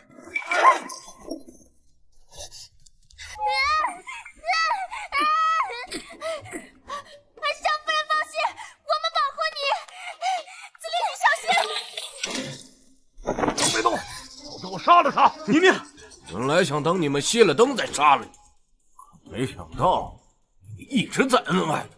我就想啊，你们行房事实再动手也不迟。可没想到我都等着急了，你们就是不干正事。裴世子莫不是柳下惠？你是什么人？你想要什么？拿钱办事的人。裴世子，你就不应该管朝中的水患之事，影响了别人的财路。朝中有人看不爽你，你别动他！你若伤到他，我要你全家陪葬！他们都退下！好，全部退下。你若想活命，现在放了我，竹林四通八达。你若放了我，他们不敢杀你。放你，他们定会朝我放箭。我有你这么好的人物垫子，怎会轻易放了？我一向守信，我不会让他们放箭的。裴世子，我看你们夫妻恩爱，我不忍杀你妻子，可我也不好空手而归啊。你方才问我想要什么，要你的命，你给吗？裴如言，你别信，他没想让你活。找死是不是？裴世子，你最好快些做决定。好，你先放了他。这4段手臂，看个诚意。别动他，我答应你。他已经为我舍命。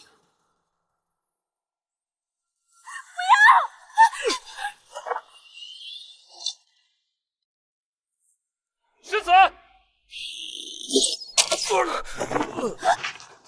死吧！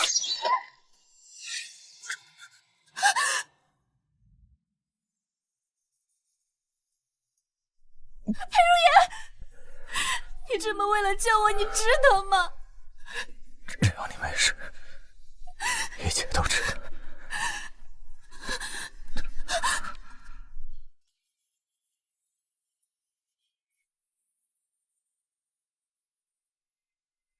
大夫呢？快叫大夫！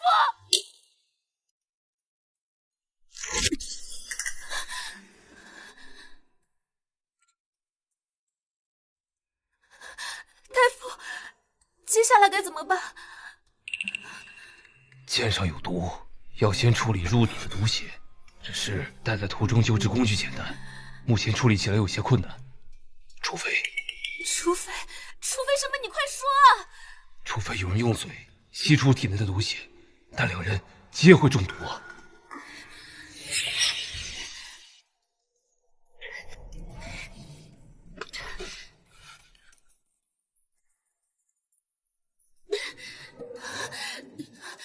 大夫，你快看看他！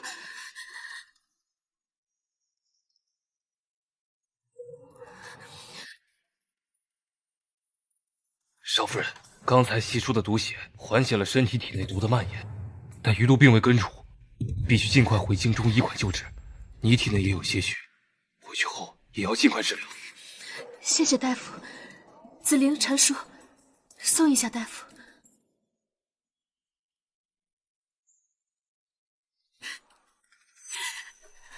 裴如意，只要你人没事就好。我不跟你生孩子了，我们好好培养感情。我不知道你说的相爱是什么意思，但是我只希望你能够长命百岁陪在我身边，相守一生。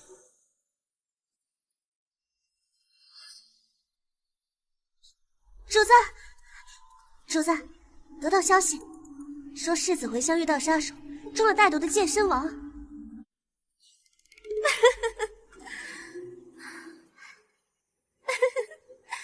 裴如言，看来你还是逃不过早亡的命运。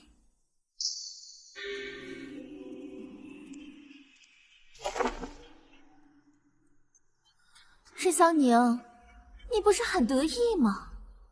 我看没有了裴如言，你还能怎么样？主子，这是世子夫人母亲的灵位，不能对逝者不敬啊！不敬？我不但要对她不敬，我还要把她烧了，给我娘解气。主子，虽然世子死了，可世子夫人还在啊！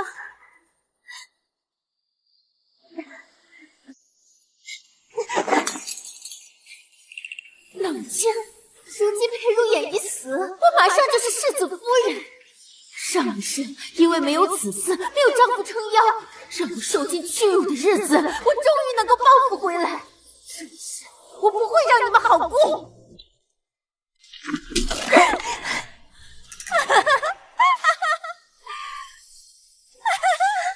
这可是国公府的牌位啊！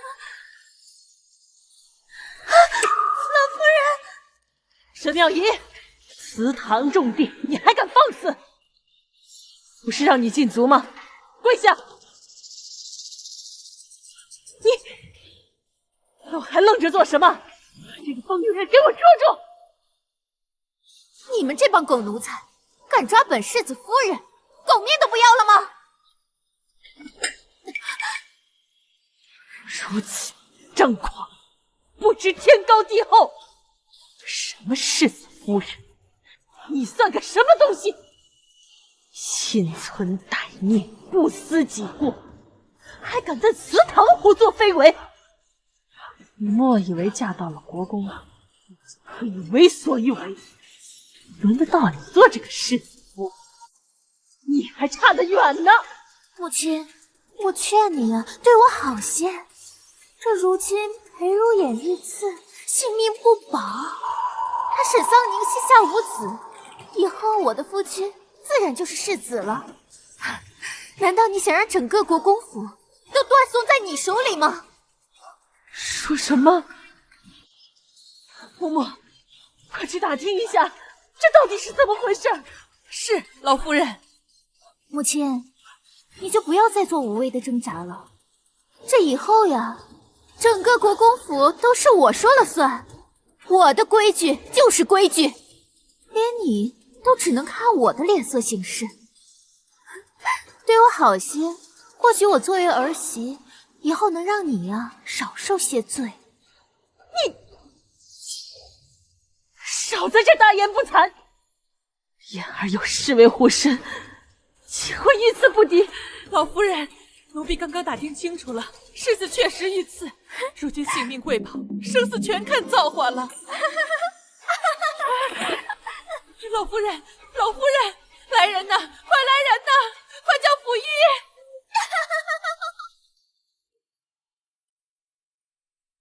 少夫人，您也中毒了，要不然还是先去医治吧。我哪都不去，我要等夫君回来。夫人，我现在给世子施针，能不能醒过来，就看这一下。裴如意，你一定要醒来。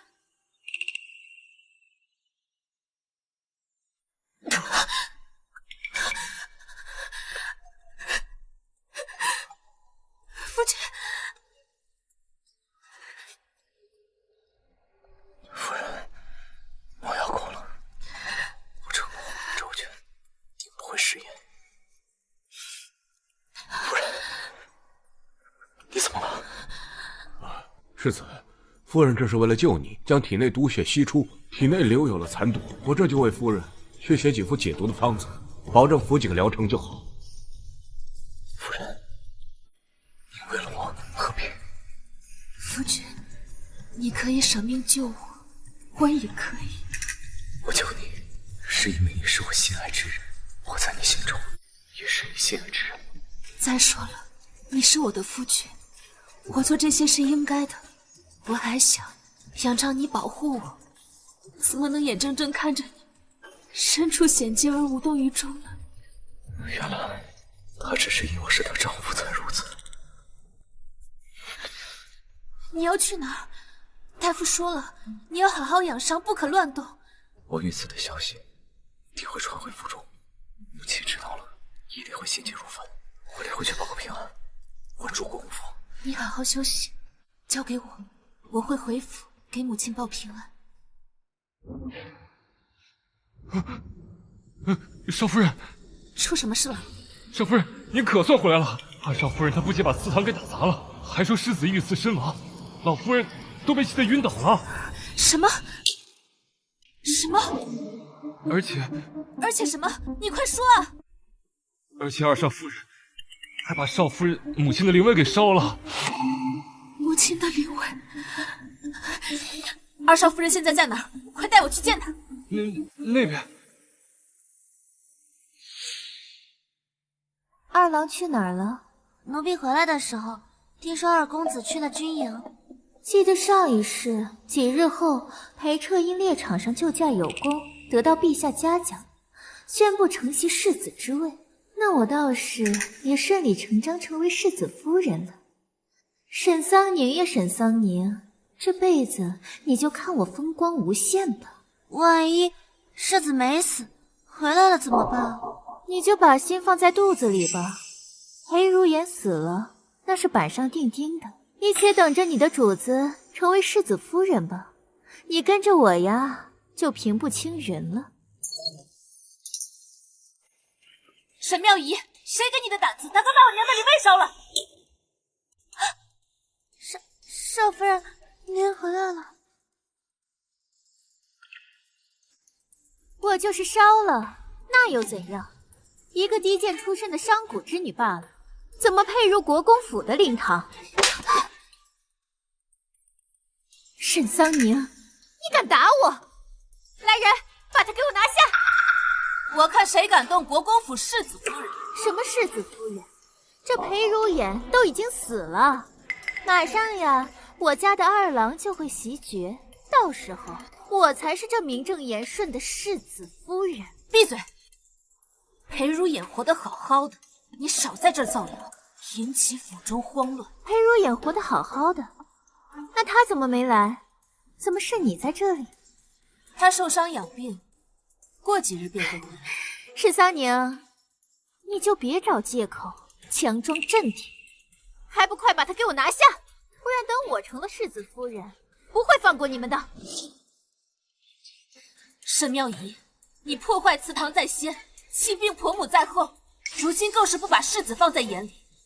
等裴如眼回来，我看你到时候如何收场！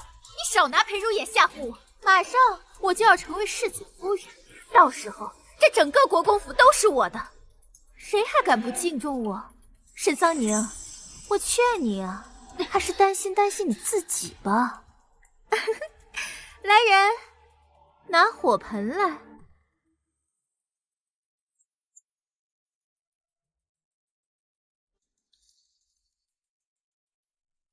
呀，沈桑宁，你看这是什么？沈妙仪，你要做什么？当然是处理掉碍眼的东西了。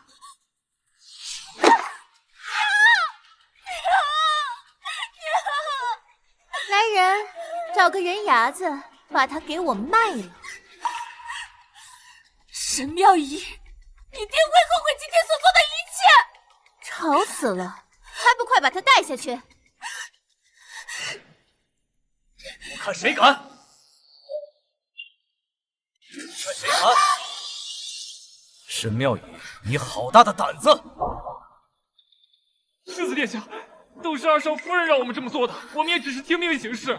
来人，把这些大不敬的仆人给我关进柴房，今后发落。如也，怎么可能？你怎么可能还活着？沈妙仪，你不仅大逆不道，损毁祠堂，还不敬长辈得容有失，根本不配留在公府。今日我做主，把你流放到庄子上，孤独终老，永生不得悔。不可能！为什么？这怎么可能？你明明上一辈子已经死了，你是死了的，为什么也没有死？我的世子夫人之位，他那就这么没了？为什么他的命可以这么好？为什么我想要的东西他轻轻松松就能得到？他差哪里了？我比他差哪里了？不！二公子，世子和夫人又在二夫人房中欺负他呢。这毒妇趁我不在又去欺负妙妙。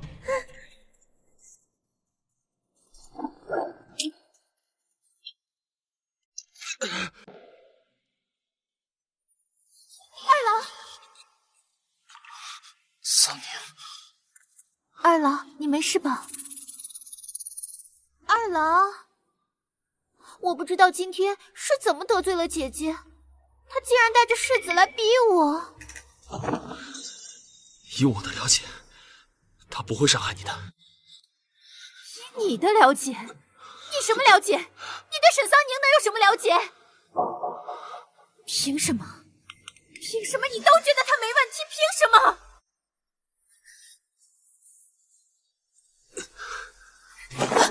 小心！夫君，你没事吧？桑宁和兄长，他们怎么会？二郎，你刚刚为什么要帮着沈桑宁说话？明明我才是你的妻子呀！你是我的妻子，宁宁是兄长的夫人，这到底是怎么回事？来人，把二少夫人给我关进翠竹院，没有我的命令不得外出。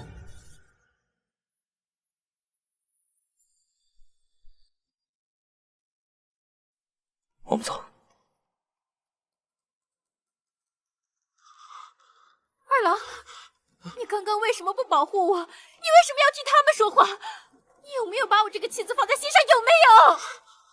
姑父，还敢无理取闹！我为什么要帮你？你自己做了什么？你心里清楚。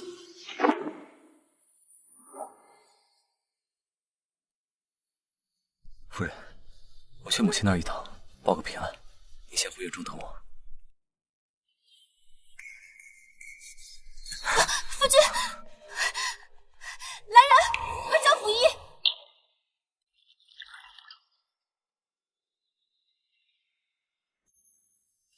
沉迷在你清澈的眼睛，是途中最难忘的风景。好熟悉的名字。无人可比你那些往昔。她就是你喜欢的那个姑娘吗？少夫人，这药都煎了2遍了，世子还不喝可怎么办呀？交给我吧。子玲，世子刚才喊了好几声泱泱，你去帮我查一下他是谁。是，少夫人。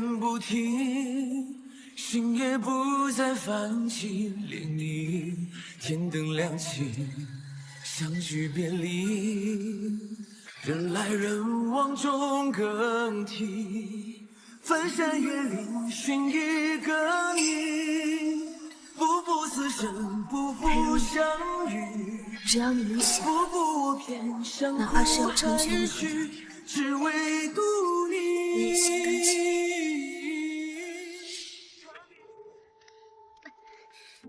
二少夫人还想回去，过2日你就要被流放庄子了。若有了偏差，我们可担不起。素云，素云！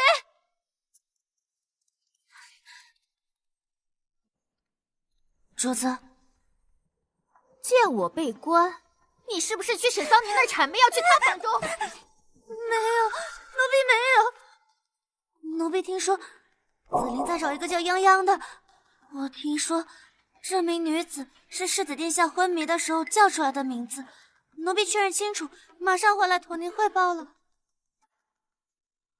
原来这裴如眼心中另有他人呀，怪不得我上辈子会被裴如眼冷落，看不出他还是如此长情之人，两世都心甘情愿为那女子守身。主子，咱们也要跟他打听打听吗？不用，添堵的是沈桑宁，我们只需要看他的笑话就好。你去伯府把我娘请过来，告诉她我有要事相商。是。沈桑宁，你现在是世子夫人，可那又怎么样呢？还不是跟我上一世一样，被裴如烟冷落，最后孩子都没有，下场凄惨。只要我现在牢牢守住裴彻妻子的位置，等我生下了孩子，这世子夫人的位置迟早都是我的，是我的。妙姨呀，这是怎么了？怎么被关在院子里，不能出去了？娘，都是沈桑宁，都是那个贱人害我被禁足的呀！娘，你也知道，这之前二老都是对我百依百顺的，可是现在他的态度变化好大，连我被禁足，他都未曾帮我说过半句话。娘，您经验丰富，您快帮帮我，您快教我怎么才能挽回二郎的心呀！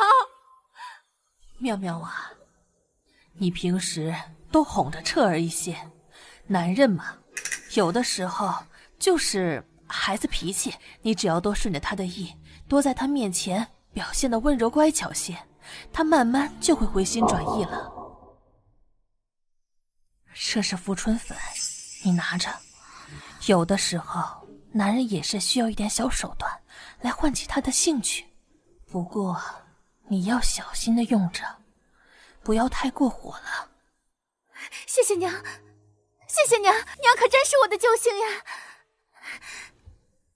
娘这一辈子也只能从你爹那儿给你挣些微薄的家产，但你不一样，你是名正言顺嫁到国公府的，只要比那个沈桑宁先一步给国公府生下长孙，母凭子贵，你的地位才能稳稳当当。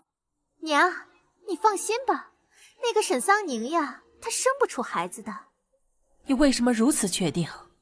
娘，我可听说呀，那个裴如眼真正喜欢的是一个叫做泱泱的女人，她连昏睡的时候可都喊着那个女人的名字呢。这入府呀，已经3月有余，她都未曾跟沈桑宁同房。她现在瞧不上沈桑宁这个贱人，以后呀，也一定瞧不上。泱泱，我怎么觉得这名字这么耳熟呢？我一定会比她先生下孩子的。妙姨呀，泱泱不是别人，泱泱是沈桑宁啊！什么？当年沈桑宁母亲还活着的时候，就经常唤她为泱泱。自她母亲去世以后，在府中，你爹也是不待见她，这个名字就再也没有人提起过。泱泱是沈桑宁，泱泱是沈桑宁，泱泱是沈桑宁！为什么？妙姨，你这是为何？为什么又是他？他怎么处处都要阻碍我？原来上一世裴如烟冷落我，造成我悲惨人生的人是他，凭什么我2世都过得不如他？娘，你帮帮我！娘，我绝对不能输给沈桑宁，我绝对不能输给他！孩子，你是我的女儿，我怎么会不帮你呢？只要你以后能过上荣华富贵的生活，你让我干什么，我都愿意。好，娘，5日之后就是京郊围猎了，到时候沈桑宁他一定会去的，可以在他的马上做手脚，我们让他连人带马一起摔死在悬崖下面，一了百了了。这会不会太过了？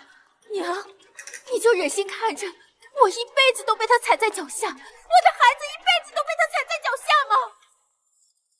如果不这么做的话，我跟我的孩子就再也没有出头之日了呀！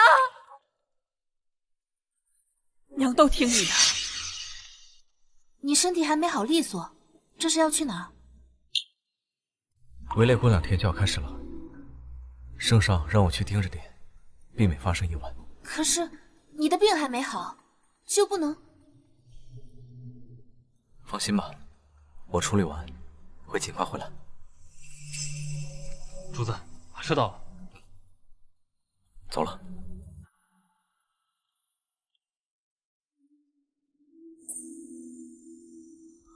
宁宁，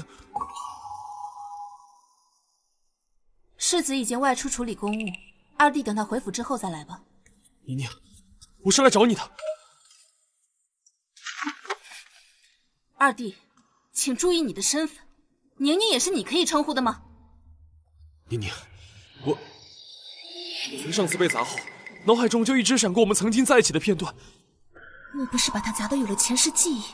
我闭关了几日，想清楚了，是我娶错了人，我娶的不该是沈妙意，而是你。我不知道为什么，你就成为了兄长的妻子。这一切还来得及，我们闭嘴！我听不懂你在说什么。我是你的长嫂，你若是再这样，我可要叫人了。宁宁，你不是我的嫂嫂，你是我的妻子，你是宁宁。裴彻，你要干什么？这府中可都是人，我们是兄嫂关系。宁宁，你现在想不起来没有关系，你信我，我们曾经真的很相爱。上辈子我忽视你太多了，上天给我这个机会，一定是让我弥补错误。我们应该重新开始的。放手！不放！宁宁，我说的都是真的，我们真的在一起过，相爱过。我知道你耳后有一颗痣。裴彻，那只不过是你说服自己的原因罢了。你以为我还是上辈子为你尽心尽力的沈桑宁吗？上辈子我为你做的那一切，都得到了什么？你上辈子终究只是上辈子的事。我知道是我对不起你，上辈子让你受了太多委屈，但我是真的爱你，你信我。裴彻，你错了，你爱的不是我，你爱的是你自己罢了。不，你之所以会恢复记忆，过来找我重归于好，不过是因为你觉得沈妙仪给不了你多少的帮助，而你这辈子过得没有上辈子顺风顺水罢了。不是的，宁宁，我是真的爱你，想要弥补从前对你的伤害。宁宁，我知道，我是了解你的，你是爱我的，你不会这么快就忘记我们的感情的，对不对？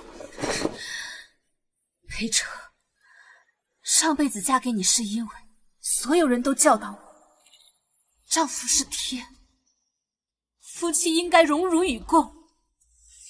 我应该管理好内宅，应该做一个贤内助，成就丈夫的一番事业。而我为你所做的这一切，都是这个原因。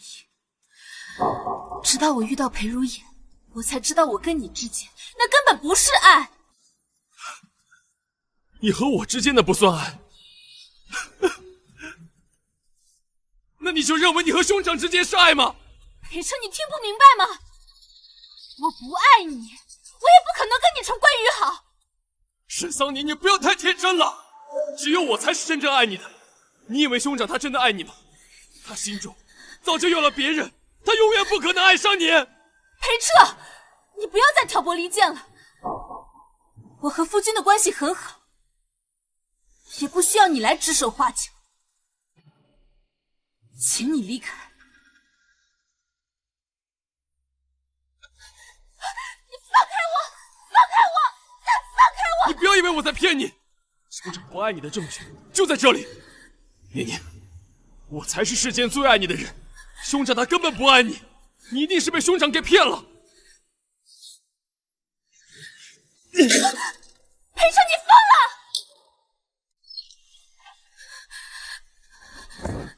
宁宁，你看，这便是兄长日思夜想之人。我与夫君相识较晚，若早年有心爱之人，实属正常。你也是三妻四妾之人，你有何资格说这些？你别再自我安慰了。这些都是兄长珍藏多年，都是那女子的物品。他每年都会花费大量时间和金钱，专门找人修缮。那都是过去的事情了。你拿这些东西特意给我看，无非不就是想要刺激我吗？无论你说什么，无论你做什么，我都不可能相信的。这香囊便是那女子所赠，即便已经失去了香味，兄长也倍感珍惜。还有这手绢，据说是那女子亲手所绣，前些年我只是碰了一下，便遭到兄长的严厉呵斥，可见兄长对她用情极深。裴彻，那都是过去的事情了。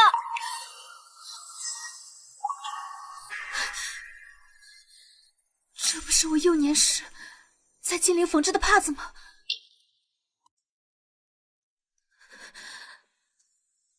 这不是……小姐，你还有这耳坠呢？兴许掉哪儿了吧？我的耳环吗？还有这耳环，也是那女子的物品，哪怕仅剩一只，兄长都会仔细收好。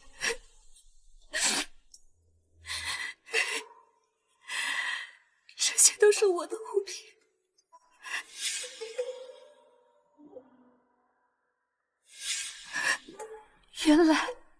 原来裴如眼从始至终爱的人都是我。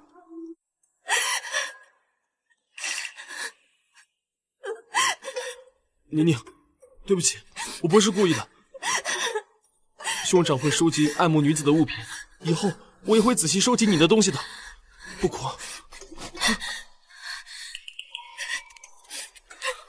宁宁，你为了兄长竟如此上心，你放心，等你回到我身边，我这辈子一定会让你做全京城最幸福的姑娘。少夫人，子陵，裴如眼呢？我要去见他。我刚想和您说呢，陈叔说这2日狩猎场繁忙，世子就不回来了，到时候直接和夫人在狩猎场相见。好，那就狩猎场相见。我也有重要的事情要跟他说。子陵，狩猎场毕竟风寒大，你去准备些袄和汤婆子，我去马车上等你。好。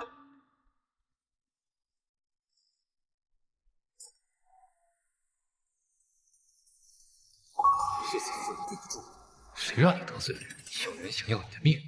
等等，谁让你走的？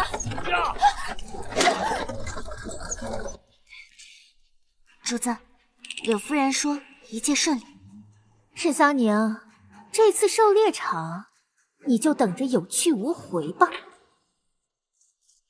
主子，不好了，我去接夫人，得知夫人被人接走，如今往悬崖去了。什么？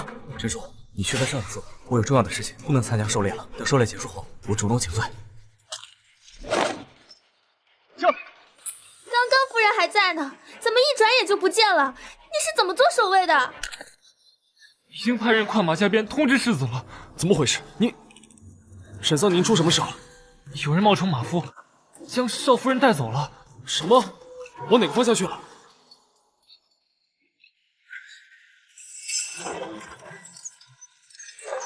坏了，前面就是悬崖。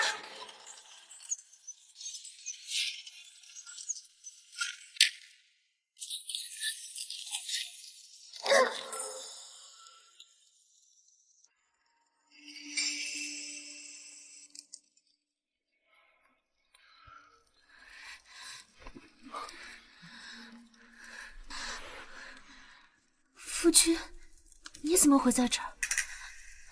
不知道什么人在你的马车上动了手脚，你的马车失控了。我得到消息看来，幸好没有驶向悬崖。我们掉到山洞里了。不过你放心，我已经放出信号弹，明日陈叔就会带人来救我们。夫君，你又救了我一次。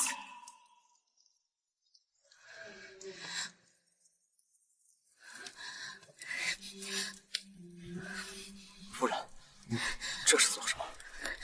你原本就有旧伤，又为了救我掉下山崖，万一……夫人，我真的没事。夫君，你不要总是把我推开。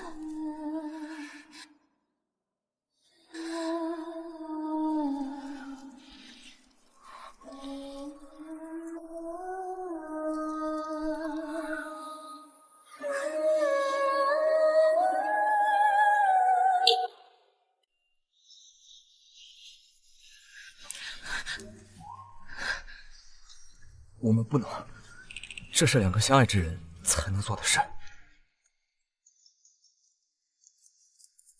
夫君，你看，他一个在盒子里，多孤单啊！一对才好。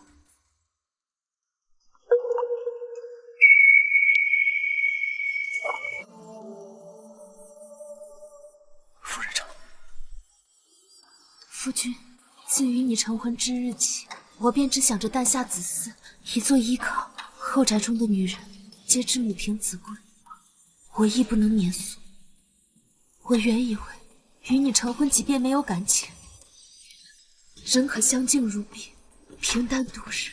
然而与你相处后，你的温柔体贴，你的次次舍命相救，皆让我心动不已，只想跟你此生携手白头。至于那子嗣之事，已然不重要。但是阿言，你为何不告诉我，你我早就相识，你就是我小时候在外祖家救下带在身侧的小哑巴呢？夫人，从你出现在我面前，让我跟着你，你保护我的那一刻起，我就爱上你了。那时我尚未建功立业，在你眼中还是个小哑巴，我怕。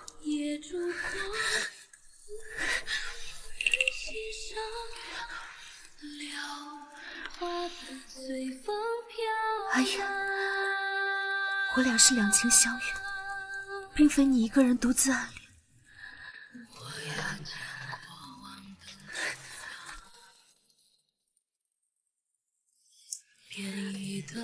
先前同房，并没有仔细看你的伤口，我想看你身上还有精灵留下的伤口吗？有你，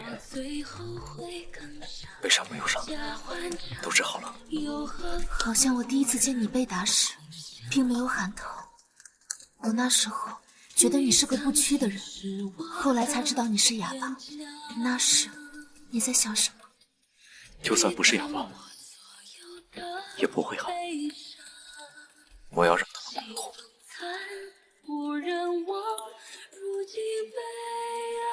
这个呢？当时你喊疼了。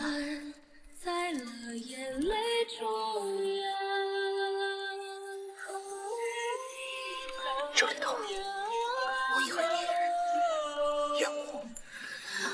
我没有，我没有。不要回头了。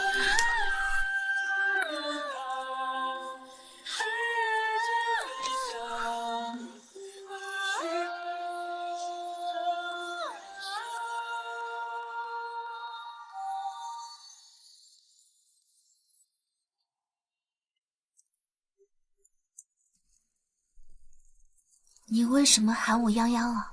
我不能换吗？夫人的小字。你怎么知道我的小字？你干嘛？夫人幼年不是告诉我，这是岳母从小唤你的名字吗？我有说过吗？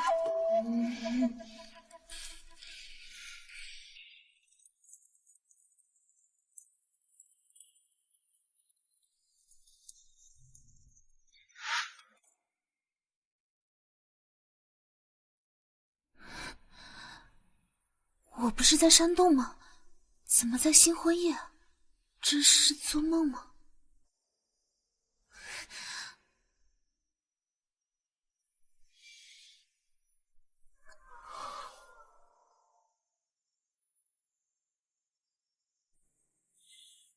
你看起来很高兴啊。夫人不开心吗？我还好。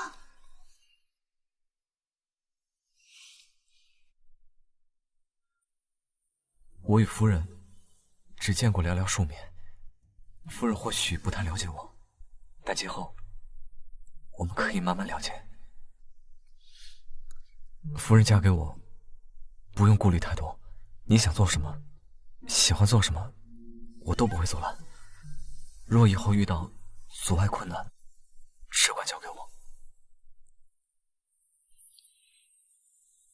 按照俗制，新婚夜时要，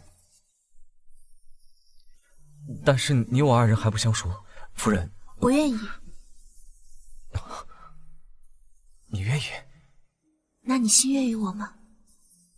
这时候纯情的裴如也真好玩，又正经又好欺负，还要装深沉。我心悦夫人，此生绝不拿二千。那我们熄灯，开始吧。等一下。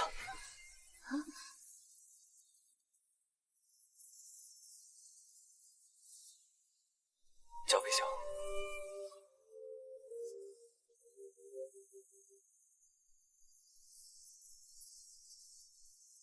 好了。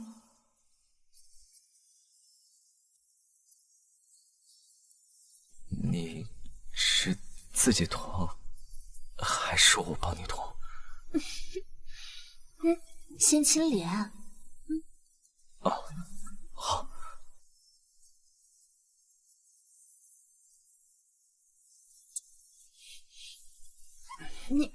你不会还要我教你吧？教？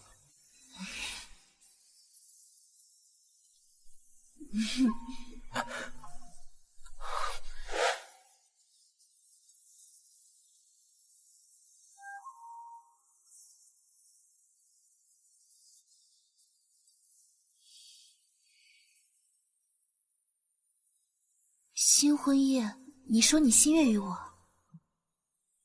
你记起来了？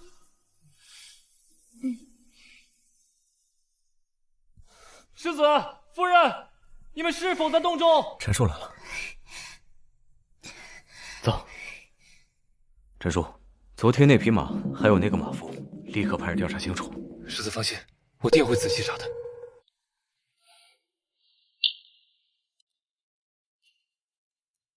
世子，属下已查明，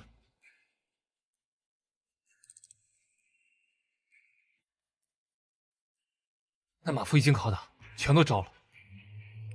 是二夫人的母亲柳姨娘指使他这么做的，目的就是要少夫人的性命。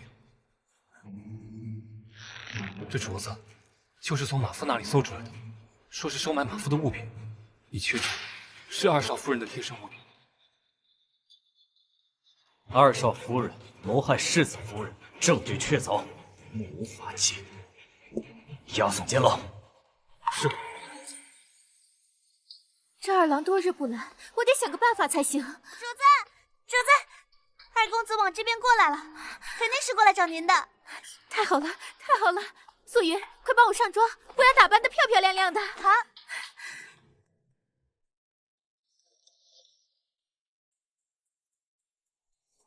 主子，您这般模样，二公子肯定会被你迷住的。二郎，今天我定要让你回心转意。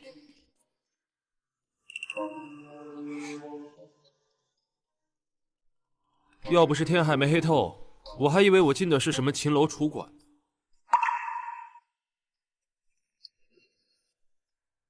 不管怎么说，你我都是夫妻，贬低我对你有什么好处？二郎，闭嘴！凭什么喊我？恶心！那我就喊你夫君。为什么要伤害宁宁，置她于死地？你在说什么？我听。还说！沈妙仪，你这是做什么？你我夫妻，我留你过一夜，这在情理之中吧？你竟然还妄想我与你同寝！今晚，我只想要一个孩子，我以后都不会再纠缠你了。我知道你讨厌我，二郎，我只是想要一个孩子。你刚才撒的是什么？覆尘粉呀！二郎，你今晚只能与我同寝了。滚！海彻，你是不是喜欢沈桑宁那个女人了？你是不是要替她守身如玉？与你何干？喝水有用的话，还用药干嘛？你到现在都想着沈桑宁，我告诉你，她到死都是裴如眼的妻子，是你的长嫂。宁愿自伤自己，都不愿意碰我，为什么？马夫已经招供了，你和你母亲就在牢中相聚吧。二郎，海彻，你就这样厌恶我吗？梁氏，我都是被丈夫厌弃的女人。沈桑宁，为什么所有人都围着你转？为什么你没有被摔死？为什么我想要的最后都是你的？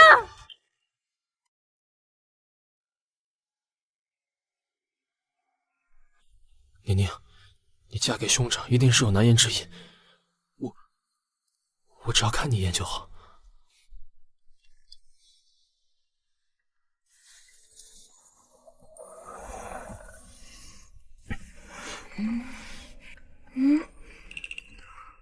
我吵醒你了。今日还不是母亲规定日子，你怎么来了？我来我自己夫人房住，不是天经地义。夫君，我想你了。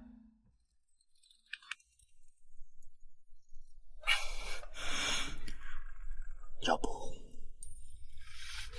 前几日从山上回来，我便腰酸背痛的，都怪你太用力了。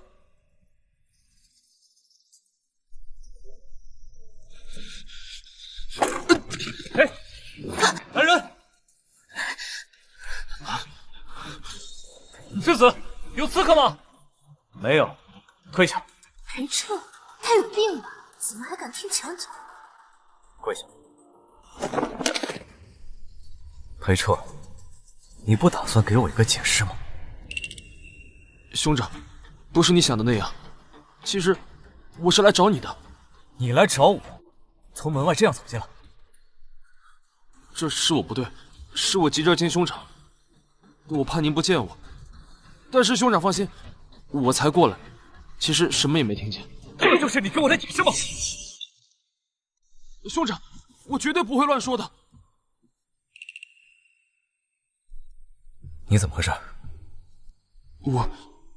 沈妙仪对我使了些手段。你被下药了，直奔我的房中。我只是想让兄长为我做主，我一定休了那毒妇。你不该去解决你自己的问题吗？你的后院里面不缺你心爱的。兄长，我不愿意因为算计而做那种事。裴彻，这句话真不像从你嘴里说出来的。兄长，我有些不舒服，先回去了。今夜之事，你倘若敢说出去半个字，兄长放心。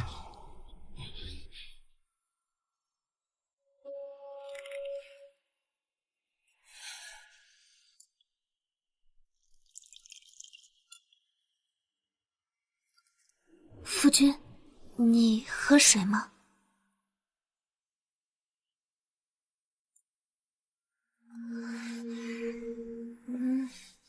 夫君，我发誓，我真的不知道裴彻在发什么神经。夫人，别着凉了。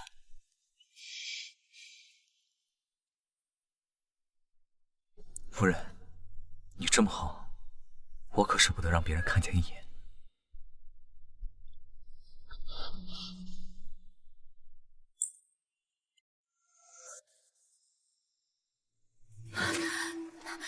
是不是二郎？是不是二郎想回来救我？我就知道，他对我还是有情有义的，他不会看着我被流放的。还当自己是国公府二少夫人？这是国公府送来的休书，明日就押送宁古塔。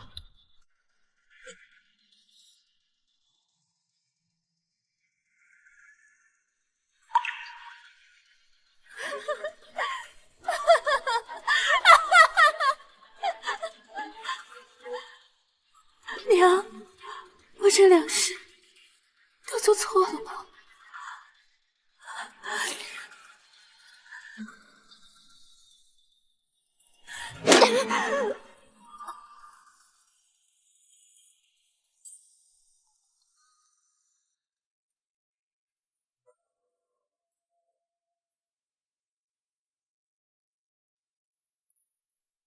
夫人，该去前院同母亲吃饭了。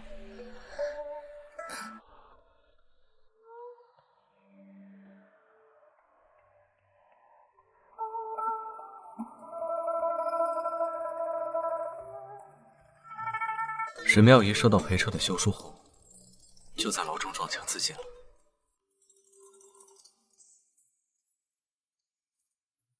我能不能给他立个衣冠冢？沈妙仪对你痛下杀手，你还想给她利益关注？她从小就被柳姨娘灌输要处处和我做比较，跟我争强，一定要过得比我好的观念。她的思想就一直这样被禁锢着，所以她会做这些事，也不完全是她自己的原因。你就是我的姐姐。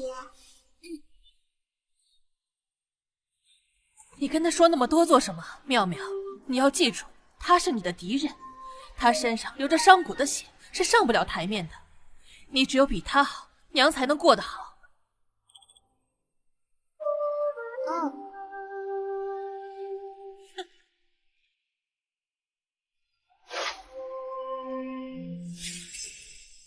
既然他偏爱争强，成婚那日，为何又心甘情愿地嫁给裴彻呢？谁知道呢？兴许他试过了呢。今生与前世相比，已然天翻地覆。上辈子裴如眼早早离世，而如今，他好好的站在我面前。倘若你没有娶我，会怎样？我怕会抑郁而终。他上辈子郁郁而终，就是因为我们的错过。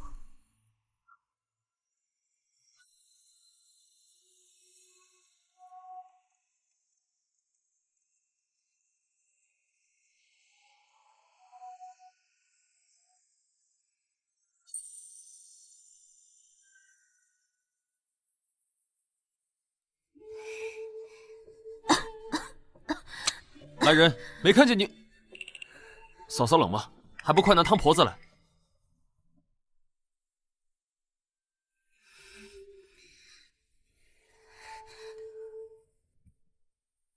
我倒不知二弟什么时候这么贴心了。大哥还不够了解我。孝敬长辈，二弟这是长大了。明明宁宁是我的妻子，凭什么是兄长在她身边举止亲密？看着你们夫妻俩恩爱和睦，我也放心了。好阵子没有这样一家人团聚了，往后的日子一定要同心同德，再不能让任何事端破坏家庭和睦了。夫人，我来帮你拿上。二弟，如今你这般年岁，也该为自己担责了。我在军中为你疏通了不少关系，你出去历练，在外面闯荡几年，见见世面，到时候回来凭自己的本事，在朝中谋个一官半职，将来分府自立门户，也算是为母亲分忧解难。兄长，我不愿离开，我本来就没什么大志向，在家中挺好的。母亲刚病愈不久，我想多照顾她些。彻儿真是长大了，但燕儿说的不无道理，你总归是要自立门户的，能见见世面，学学本事，将来我也能少为你操心。母亲，夫人，你是不是吃坏东西了？来人，快叫府医过来！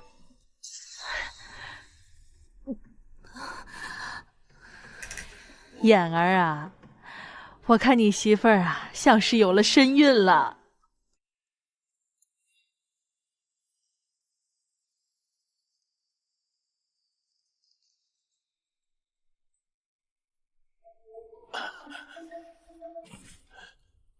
恭喜老夫人，恭喜世子，少夫人确实是有了身孕。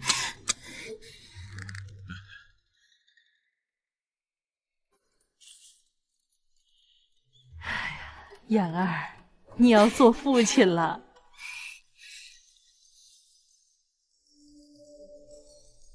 没关系，今生不做丈夫，我也可以保护宁宁。兄长，我愿意出去历练，保护家里人。